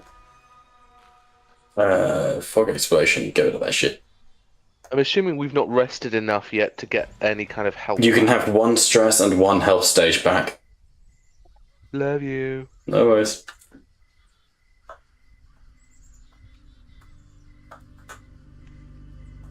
Obviously, when Christy's trying to wake Sebastian up, what's she need, Christy? Fucking back's killing me, mate. Can't wait. You're back. My head's killing me. And adults need us. We're fucking kids. As you push back into the living room, the first thing you notice is that the window is slightly ajar and Matty's not there. Oh, the fuck's the window open? Seamus But it's will not rush ajar. to He the didn't. window. He didn't leave you in danger. No, I'm just meaning like it's open. It shouldn't be open. Like, Yeah. Seamus will rush to the window and look out, trying to see if he can see any sight of Matty. Fuck, Matty. You don't see any sight of Matty, but you do see a very quickly scribbled note on the windowsill that he's pinned there, like with like a paperweight, which quickly just quickly reads, "Going to help. Don't endanger yourselves." Fucking fool. Laddie, hold on to the fort here, right? Right, Christian come on, will start to get worried and like, although he will fail, he will try and push at Dermot. What the fuck have you done with Grandad? I knew he was meant to stay here. Keep an eye on it. Ray, come on, we need to go after the old fella. I'm not fucking going anywhere without us. Come on, Christy, grab cunt. You woke us up for a reason.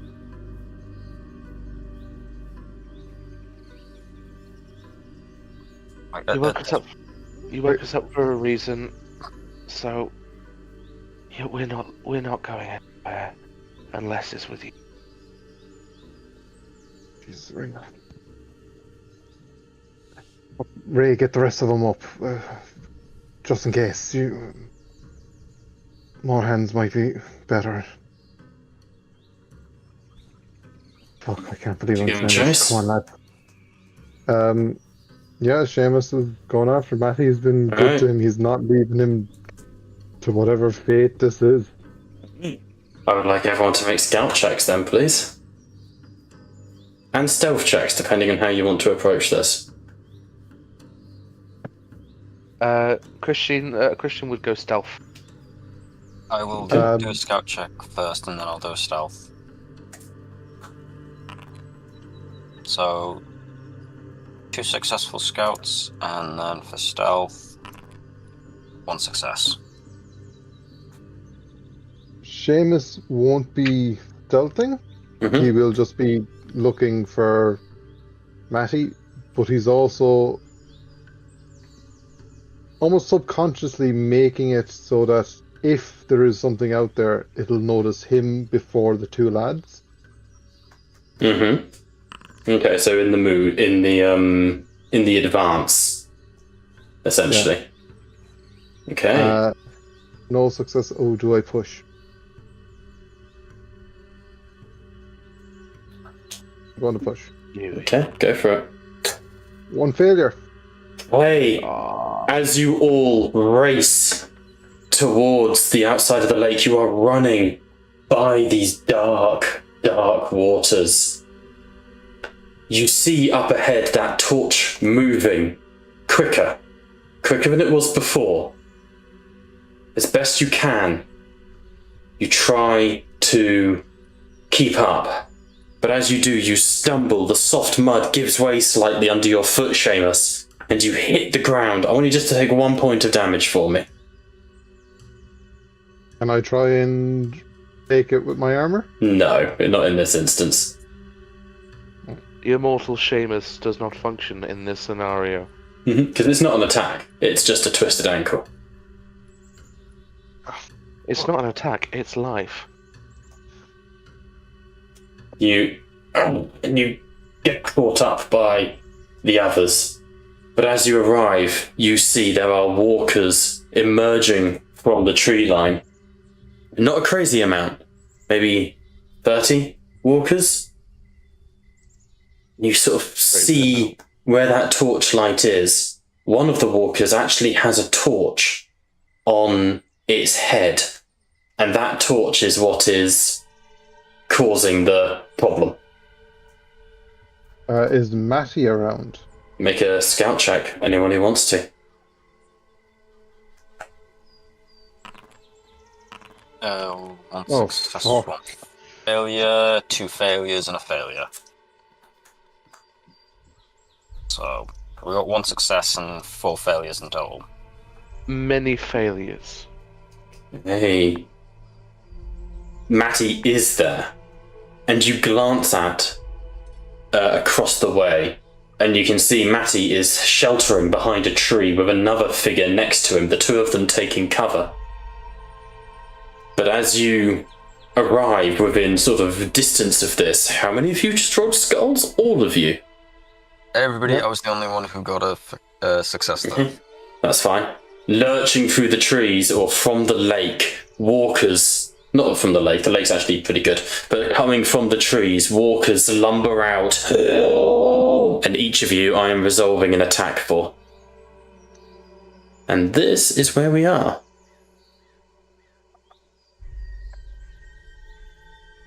Oh boy. Diddly-dee. You're torturing them worse than I ever could. Alright. On Seamus. Okay. Yeah, I'm going to close combat this with the knife. Yeah, I don't know if you can see what it is. I can see the number. Fair enough. I'll roll them publicly from now on anyway then. Yeah. Yes, you want to close combat this. I'm seeing 35, so I'm Yes. like, that's dead. Yes, it is. That is 2 successes. 2 successes. Seamus, as you cover from your ankle, a walker lumbers from behind the tree, reaching for you. You step to the side and ram the knife through the eye socket and bring it to the ground, where you crawl forwards for a bit before getting back up. Ray gets attacked. He turns and goes, and tries to keep this thing's face away from him. 1 success, he grabs it by the jaw, twists the head and is able to push it into the mud, and then just stamps on the skull until it breaks. On Cunt. Slips away as they approach it. Dog agility, canine dodge there. On Liam. Slip away, take a point of stress. Look good? Can I close combat that? If you wish. I have Skullcracker, so I would like to try. Yeah. Oddly enough. Because I'm fighting walkers, I get 2 bonus dice to it. Okay.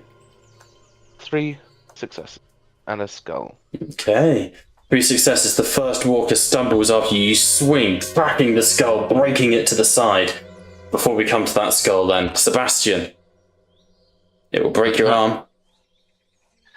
I will go for a melee as well. Because I've obviously got Skullbreaker as well. Which adds 2 bonus dice, sorry. Was that Liam? Yeah. Yes. Does it... Spear, close combat... Is it include my fucking... It should include everything. Alright. Talents. I do not have thingy, that's why. I do not have the talent Skullbreaker added on my sheet yet. Oh, that's weird. So I'll add 2 bonus dice Done to the roll for now. Done it. Oh, sweet. Thank you. Alright. Okay.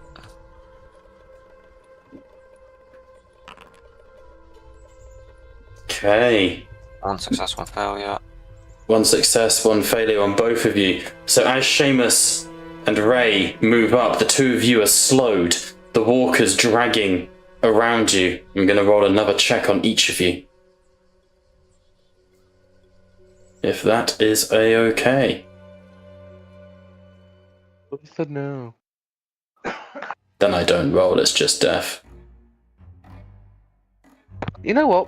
Roll whatever you need to do, Bob. On Liam.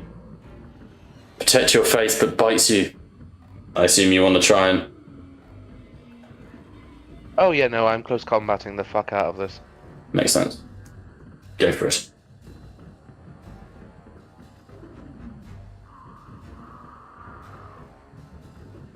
Nice. 2. I have to do it with the weapon, do I? Yes. Yeah, otherwise it won't apply what you need. Fantastic. 2 successes. And damage 2.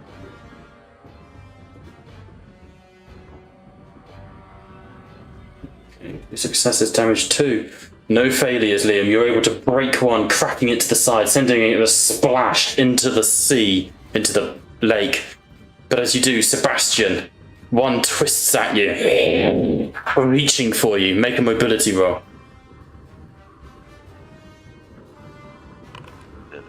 3 successes. Oh, is it me? Beg pardon. No, me. I just saw my name on there. I was told to make the mobility roll, so it's fine. That's cool. Yeah, well, this is one where you don't choose what skill to use. You have to use the mobility. Yeah, so I've Oh, got no, 3 I only- successes. What's up, Liam? Liam got mixed up with who it was that needed to Oh, I roll, that's see. all. Okay. You break away from the walkers, but they are more aware of you, so we're going up to threat level 2. Alright? What are we doing? I think Seamus is just going to start trying clearing the horde. Okay. They are unaware of you, which makes it way easier to do so, but if you fail, they become active. The horde is level 3, the threat level is 2. One of you can... Ray will make a leadership. He's terrible at it, but he will. No successes. The rest of you, choose whatever skills you want to try and beat the... Yeah, close combat from Seamus. Combat from Christian. Yeah, I'll jump in close combat, that's not a problem with me. 1 success, 1 failure. Okay, that's fine. Need 4 more. Okay.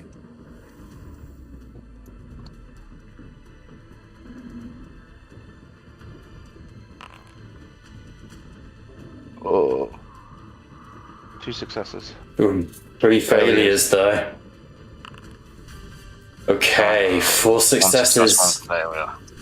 Okay, you do not beat the horde. Hang on.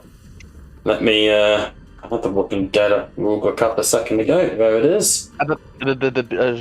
Like, did we decide on a golden bolter last week? Oh, did we? I can't remember. I don't think we did. I don't think we did. Okay. I'm not going to do a retcon bolter. It doesn't seem right. I'm not going to do it. No, I agree. I agree. Fighting the dead. As you move forwards, you begin swinging into the horde. Hits and breaks moving in. You're able to take down a couple, but some of them begin to get wise to you. And it is night as those silver-like cat eyes turn and look at you. Fighting the dead. Hold on. Each of you have messed up, so I can make just a free attack against you for each of those. Messing up still causes Walker problems. Here we go. Fighting the dead. Avoiding what you've got a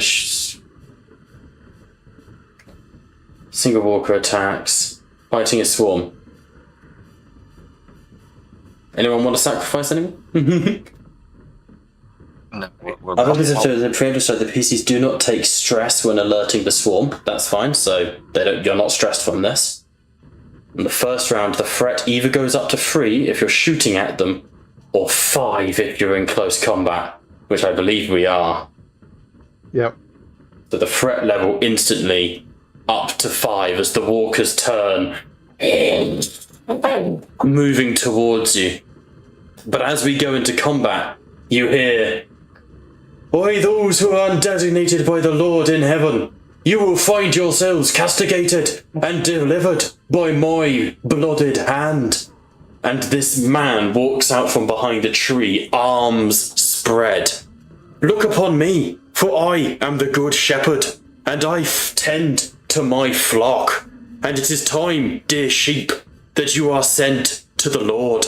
And he reaches back and brings out an assault rifle and starts firing into the zombies at point blank range. Oh God! You stupid priest. Badass though. So he's going to give you a bonus roll. We are going up against the Horde. Threat level is 5. Horde level is 3. So you need 8 successes to win. Who's doing leaderships? Who's doing what? You have Matty as well. I think Matty might have better leadership than Ray.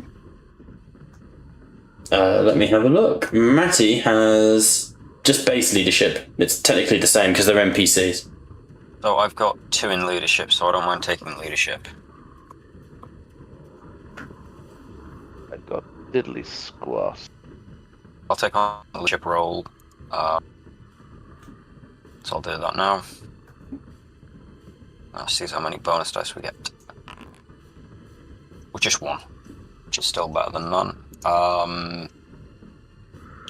I will give that to Seamus, seeing as he has been decisively our tank in the last one. Thank you. So I will use a close combat for attacking. With the 1 bonus die.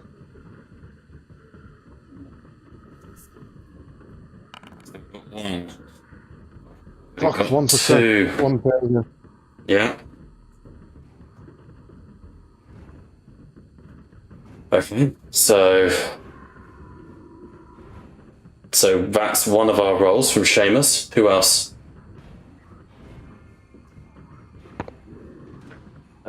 Do we want to have the Reverend roll? Yeah, he's an additional one that you're getting. Don't worry. Chrissy, And we'll do close combat. As he gets the most out of that. Yeah. Oh, do I push? Do I push? Do I push? Do I push? Do I push? Do I push? Do I push? Yes. Oh, yes. That's a very good one. The skulls are not great, Great. but we can roll with it. We can go with it. So, is it Matty or Ray then, and the Reverend gives us a bonus one? Yeah, well, he's going to just fire into him, but you've already succeeded just off Christian. Christ. But he does fire in with 1 success to add to the lot. With that many successes, the bullets slam into heads, and you see that he's not like spray firing. He's got a single shot, and it's nothing but headshots. It is a trained, clinical, close combat, like close fire shot. He knows what he's doing, in other words. You see Matty runs up with the hatchet and embeds one into the back of a zombie, and he goes, "I fucking told you to run, or to stay behind. The hell's you doing here?" And between all of you, you start to cut down through the Horde, which does bring the Horde destroyed, because it's threat level 2 or 3 or lower, the scale of the Horde. You can just destroy it in one go. And between all of you, you are able to cut down the walkers.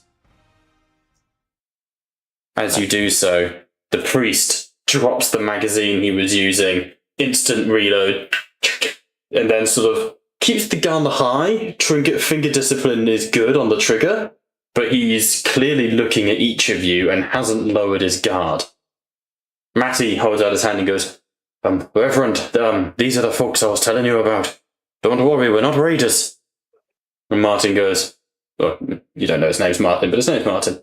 He looks at each of you and he goes, and which of you has been consecrated in the blood of Christ? Who here has had holy baptism? Aye. I would have been Father? baptized. I've been baptized. I think so. You think so, son? And he steps forwards and looks intensely at you. Only you think so, or you know so. This has never been more important a time to know such things. Well, I went to church every Sunday. Grandad, did Dad Matty have a looks at you and baptism? goes, aye, he was baptized in the covenant, sir. And he goes, and he reaches down, he kneels down and he places his hand on your shoulder, Chrissy, and he goes, then truly, yous are all the blessed be of God. For I know what has caused this outbreak. I know what this is. Stay with me, boys. I'll see us safe. Come, I have a small coven at the church. We must get to safety. Father, not to be disrespectful to you, but you've just made enough noise to attract every walker within a 5-mile radius. Oh, yeah, I don't that is... really feel safe with you. Then you're a damn fool, boy. For only in the light of God and the hiddenness of his ways will you be truly safe. Look around you, son. Look around you at those who did not be cleansed in baptism, whose souls have been consumed by Beelzebub. Look at what has happened. The dead are rising, my boy. Father, it's late and these things get worse at night. I have noticed during the witching hour. We rest until the light shines upon us again. Hey, honey, you going to bed? Up in the manor. I'm to bed. And we can head for Which for one? church come morning. General Geist. Cool. He looks at you. Problem with that is I've got virgins at the church. I've got the young, the innocent. There are 4 of us, a small community, surviving in these most trying of times. We cannae leave them be by themselves. They are young, hot-blooded children. They need guidance and a stern, steady hand.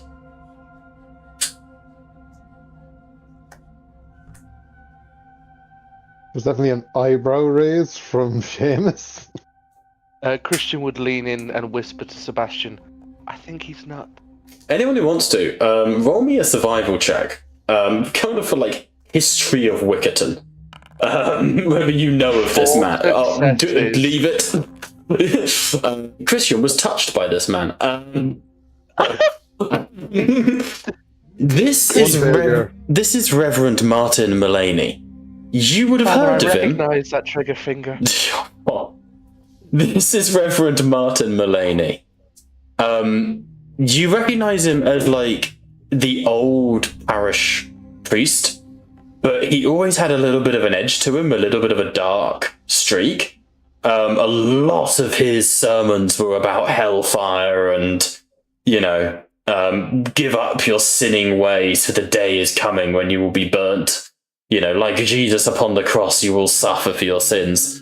Yes, because totally before he became a priest, he was a special forces.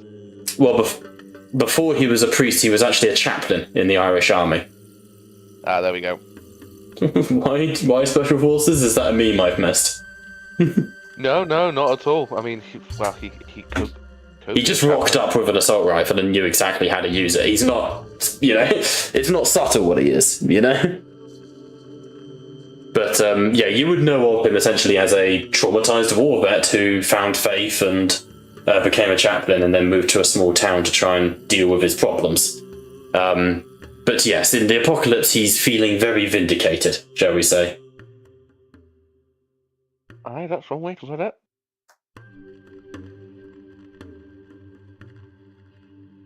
Alright, what do you want to do, team? Father, those kids, if you would have taught them right, they'll stay put for the night. We leave at first light and get back to church. Seems wrong to leave them. Where are you staying then? Where is the safety that you have coveted? Seamus will just point at the manor just behind the lake. Right there.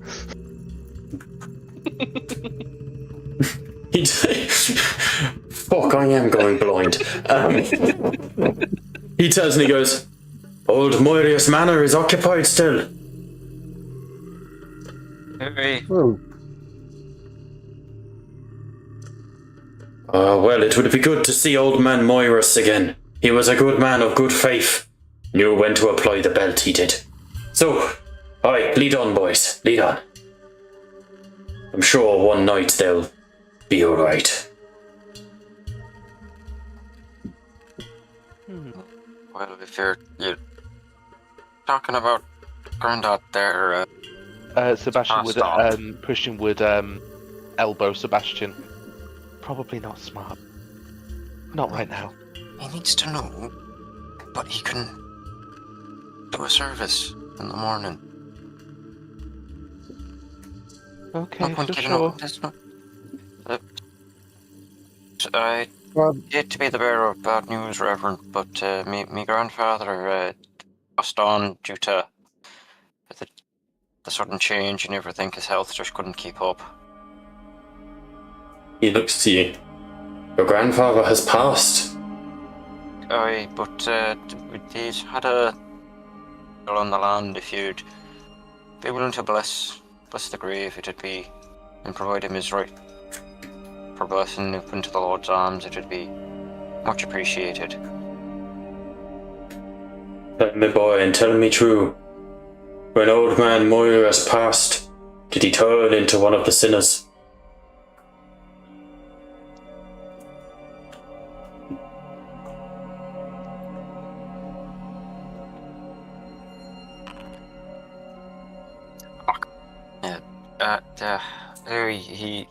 He turned, but nothing. But it seemed strange how he had turned. Normally it's done by bite from what we can see, but the Jameson and Matty checked over to make sure, because my dad had turned it, and initially I either thought he'd been bitten and that's how he turned, but apparently not. Although then again, he was very ill in his old age, and it could have been anything really that got to him. Could have been pretty much been taken by sickness and disease. I'm saddened to learn that old Moirus had sin in his heart, that he was turned. But I am glad that you did the right thing. Come, let us eat, break bread together. We can share some of, if you'd be willing to bless it, we can share some of the blood of Christ as well, Father. Aye, that would do nicely, that would. Lead on, my friends, lead on. And as slowly you will sort of make your way back into the living room of Moirius Manor.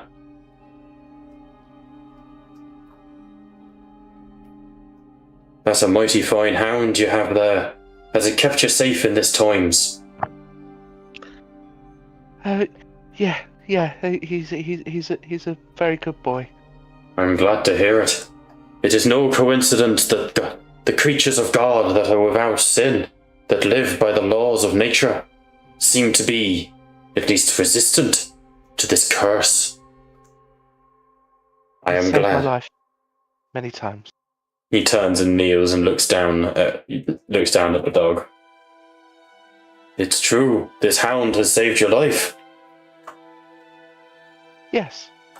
Then you are truly blessed, for this hound is a deliverant erranter of God. If this hound is protecting the weak, the innocent, and the young, then I believe he is truly sent you by Jesus.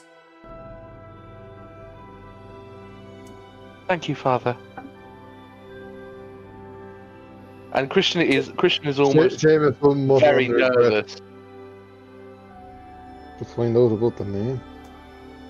Not yet. Seamus will mutter that under his breath to Ray. Christian, as a child, he's a snooper. His hearing's very good. Under the table, he will kick Seamus. Seamus won't feel it. He's wearing right gear.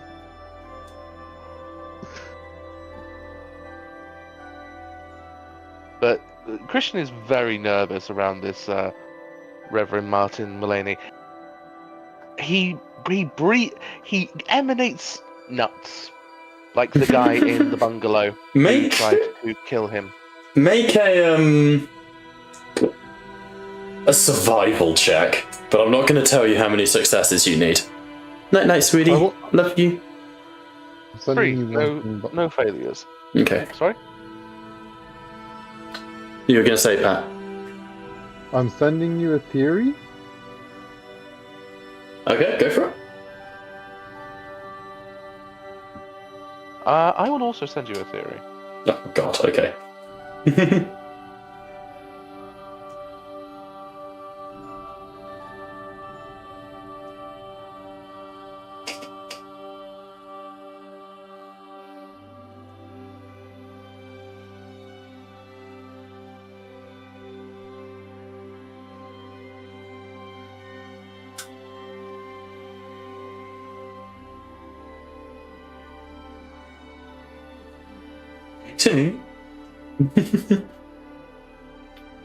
Vo would also like to send a theory, apparently.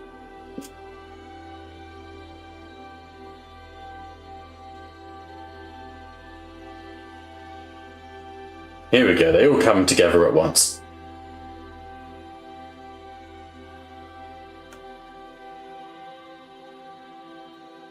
Interesting theory.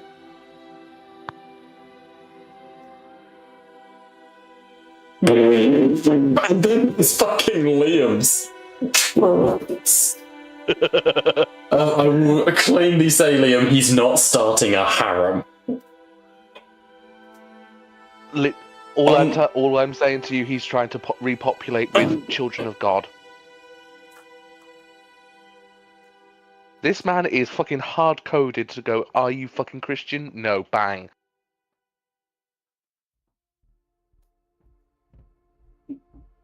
He's sort of, on the 3 successes, Liam, he gives you a look. It's hard to tell if someone's just crazy from a look. And I'd like you to do me a favour. These defy insanity. We've got the Far Cry 3 definition of repetition and expecting a different result. But I would define it as blind loyalty to a cause. Okay. You see none of that in him. Just an intenseness to his eyes.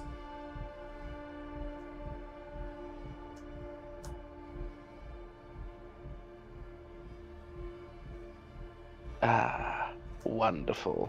This doesn't ease Christian's feelings for now, but he will accept it. Okay.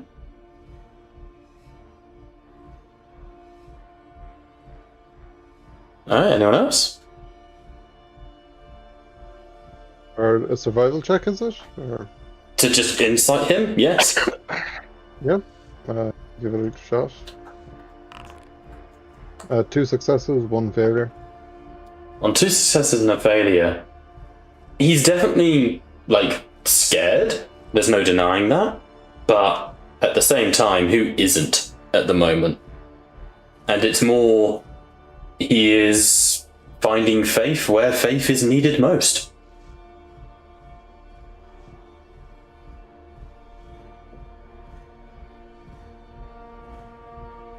Right,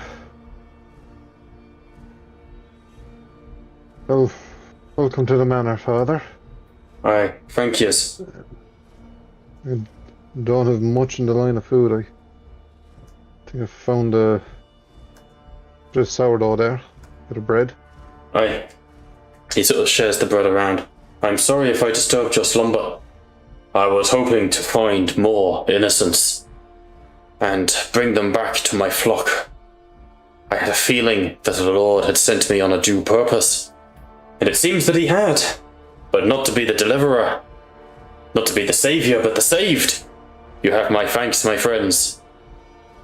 And he literally takes like the loaf of the baguette and starts breaking it into pieces and handing it around the table. Hey, thanks, Father. Not at all, I appreciate it. There are a few others here that are resting up for the night. Aye, are they? Are they also of the Covenant? And I mean it not as judgment, for judgment is not my purpose, but I mean it as they will be more vulnerable to the damnations of hell. From what I know they are, I don't have any reason to suspect any of the other kind this far south. Excellent. This is good. Then thank ye, Lord, for sending me to cross the paths of these good people. Matty O'Connor, it is good to see you, and your grandson, I see, yet lives. But truly, the children are the innocent of this world. And so, hello, honey. In Revelations 25, the rest of the dead did not come to life until the 1,000 years were ended, but this was the first resurrection.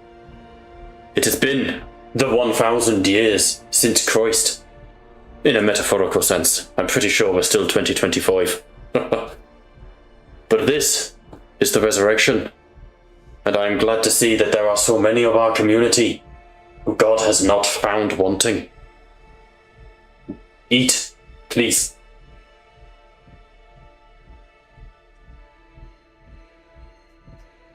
Seamus will eat the bread that he found, and Yeah. there's no reason not to. There's no reason not to.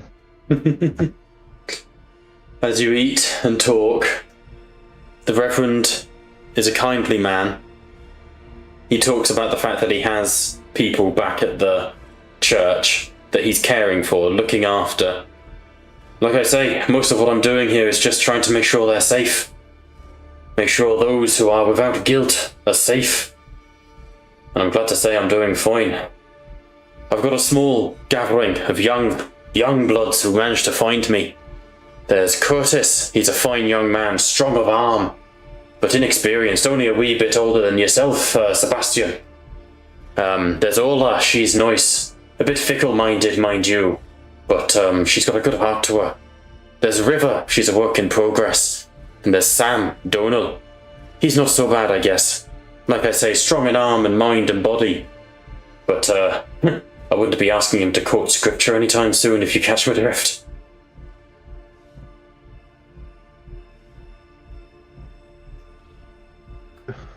They're young yet. They have plenty of time to learn, Father.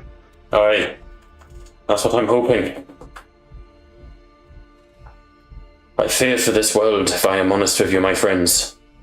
If this is the rapture, the end of days, and those who are called into heaven have been called into heaven, and those who remain are the damned and the lost, then what we of whom still live? We mustn't be the damned and the lost, but we also have not heeded the call of the Lord on high. So we must Perhaps be... we are not the damned and the lost, Father, but perhaps this is a trial. You take the words out of my heart, and my mouth and my soul. My heart and mind, Seamus O'Callaghan, my heart and mind. Indeed, this is a trial. But nowhere in the scripture does it say that the Lord calls all at the same time, that all are called together. I believe we must live. We are being tested as Isaiah was tested, as Moses. We are tested as he was tested against the Pharisees in their ignorance. So we must take heart, take faith, for there will be more trying times ahead of us. There is joy in this room, The elderly, yet impart wisdom. And he gestures to Matty. The strong, continue to protect. And he gestures at Seamus and Ray. Mostly Seamus. And the young, and he gestures to Christian and Sebastian, are eager to learn and to listen to the wisdom of the others. But still, I'd imagine, think they're better than them. Such things are holy, my friends. Such things are what will end this darkness.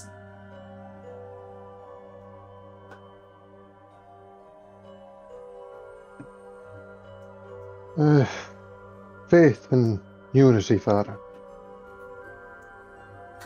Only faith and hope can get someone through these dark times. Aye. Right you are, Seamus. Right you are. Now, I have disturbed your slumber long enough. I appreciate that I am new to this fraternity that you have formed. And if you have injured, I will be gladly to offer a prayer to you all. But I will not offer to take watch tonight, because I feel like you wouldn't trust me to watch your backs, and that would be wise. That would be the wisdom. So if it is fine by you all, you may rest. I will clean this table. I will clean this house, and I will slumber here. And then tomorrow, in the morn, we go to my shepherd. We go to my flock, where I am shepherd. Aye. Of course, Father. It was just about time for my watch anyway. Then I would hope you appreciate the company as I tidy. And keep an eye on that window. You've saved my life tonight. I appreciate it, I do. Aye. Right, lads, you run off up to bed again. There's enough commotion for one night.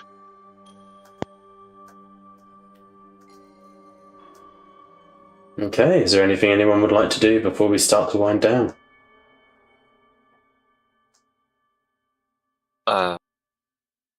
Thank the Father again.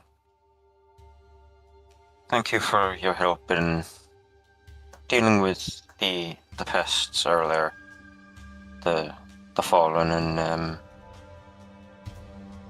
I'll take you to my grandfather's place of burial in the morning. Aye, there is no rush. His soul is with God now, my son. Yeah, but I'd still feel better knowing that he's been truly blessed. Aye. Just so that when he's at the gates, if he's not already through them, that he is granted safe entry. Aye. Before we rest then, my boys, hear me on this.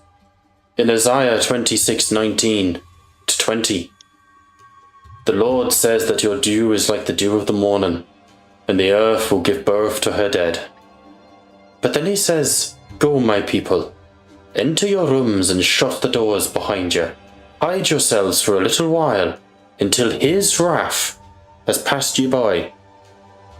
The anger of these sinners, these walkers, these stumblers, whatever you call them, the anger of God is not on us, for were it so, we would already be amongst them. The fact that we live here, the fact that we yet stand, shows that we are pure of heart and without sin, that we may cast the first stone of this new world. Take heart in that, my friends. Take heart. And sleep well. The Lord watches over you. He's going to sort of go to the side of the room, quietly, takes out the AK, the art assault rifle he has, and just starts maintaining it, cleaning it, checking his ammo, all that good stuff.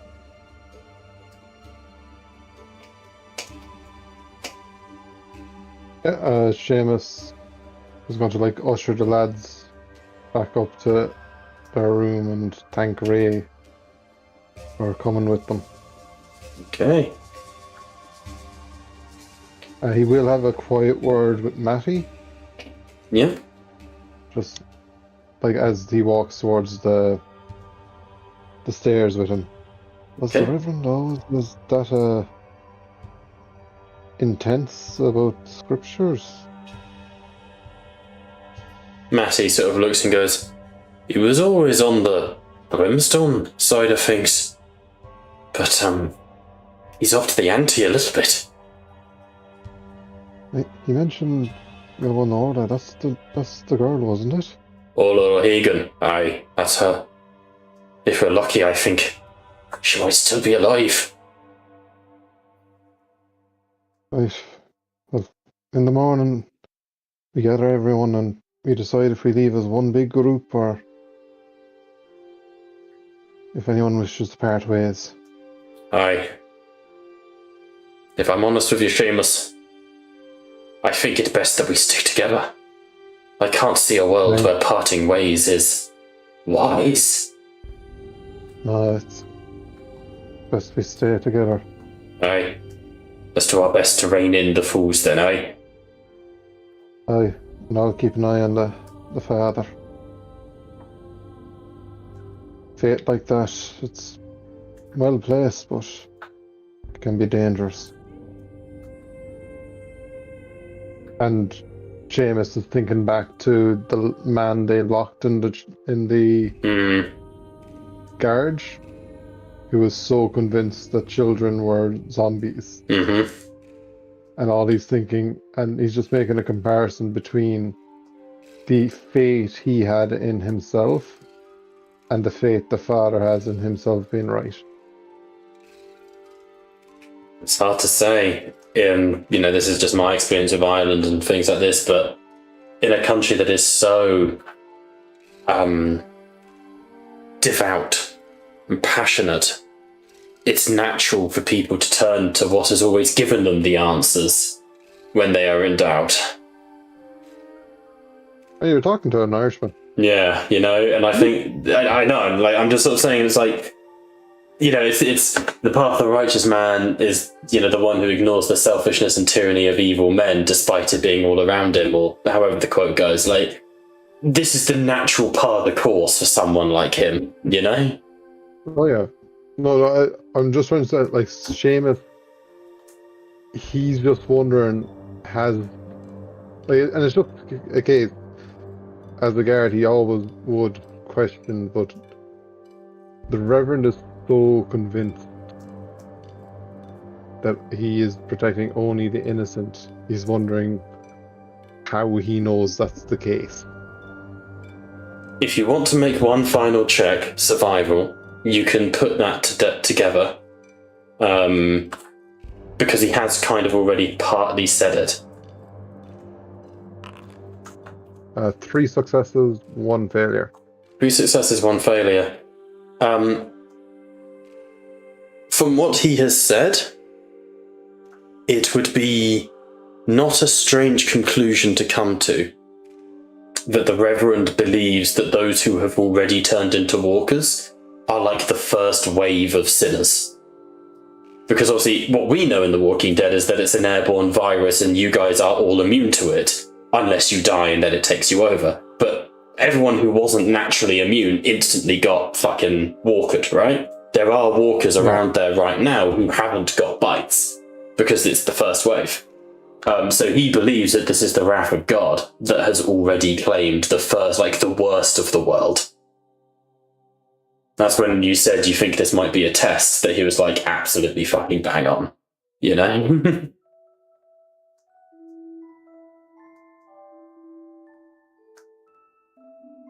I think also in the back of Seamus's mind is he's kind of worried what the father would think of Sarah. Can't tell you that until we find out. Oh yeah, no, that's just something that Seamus is just, I need to keep an eye on this guy. Yeah. Okay. Yeah, no, that's all Seamus is doing. Liam and David, any more? No, Sebastian, having still been groggy when he's got up, is now having the adrenaline leave his body. The tiredness and exhaustion is hitting again. Yeah. Christian's tired, and tiredness breeds a little bit of paranoia. He wants to leave the Reverend far behind. No, that's close to the Reverend. Bye. Okay. Alright. Come on, Christy. Let's get you back to bed, mate, because we could both do with a good sleep now. Can't wait for Ileana to meet this dude. That's going to end well. She has to leave Irregardless, the threat meter drops. You are safe for now. And you all sleep a little less easily, as throughout the old, winding halls of Moria's Manor, you can just hear quietly whispered litanies and prayers to the Almighty. With that in mind, we have been Tattletales RPG, where the table may indeed be virtual, but you are most certainly welcome at it. Thank you all so much for watching. Join us on Friday for the next session of Warzone Blackthrone, Saturday for Warhammer Age of Sigmar, The Broken Binding, and when I can get people together for it, I would like to start up a new Men's Open campaign, but that's neither here nor there. Till then, thank you all for joining. We'll see you on Friday. Bye for now. Goodbye.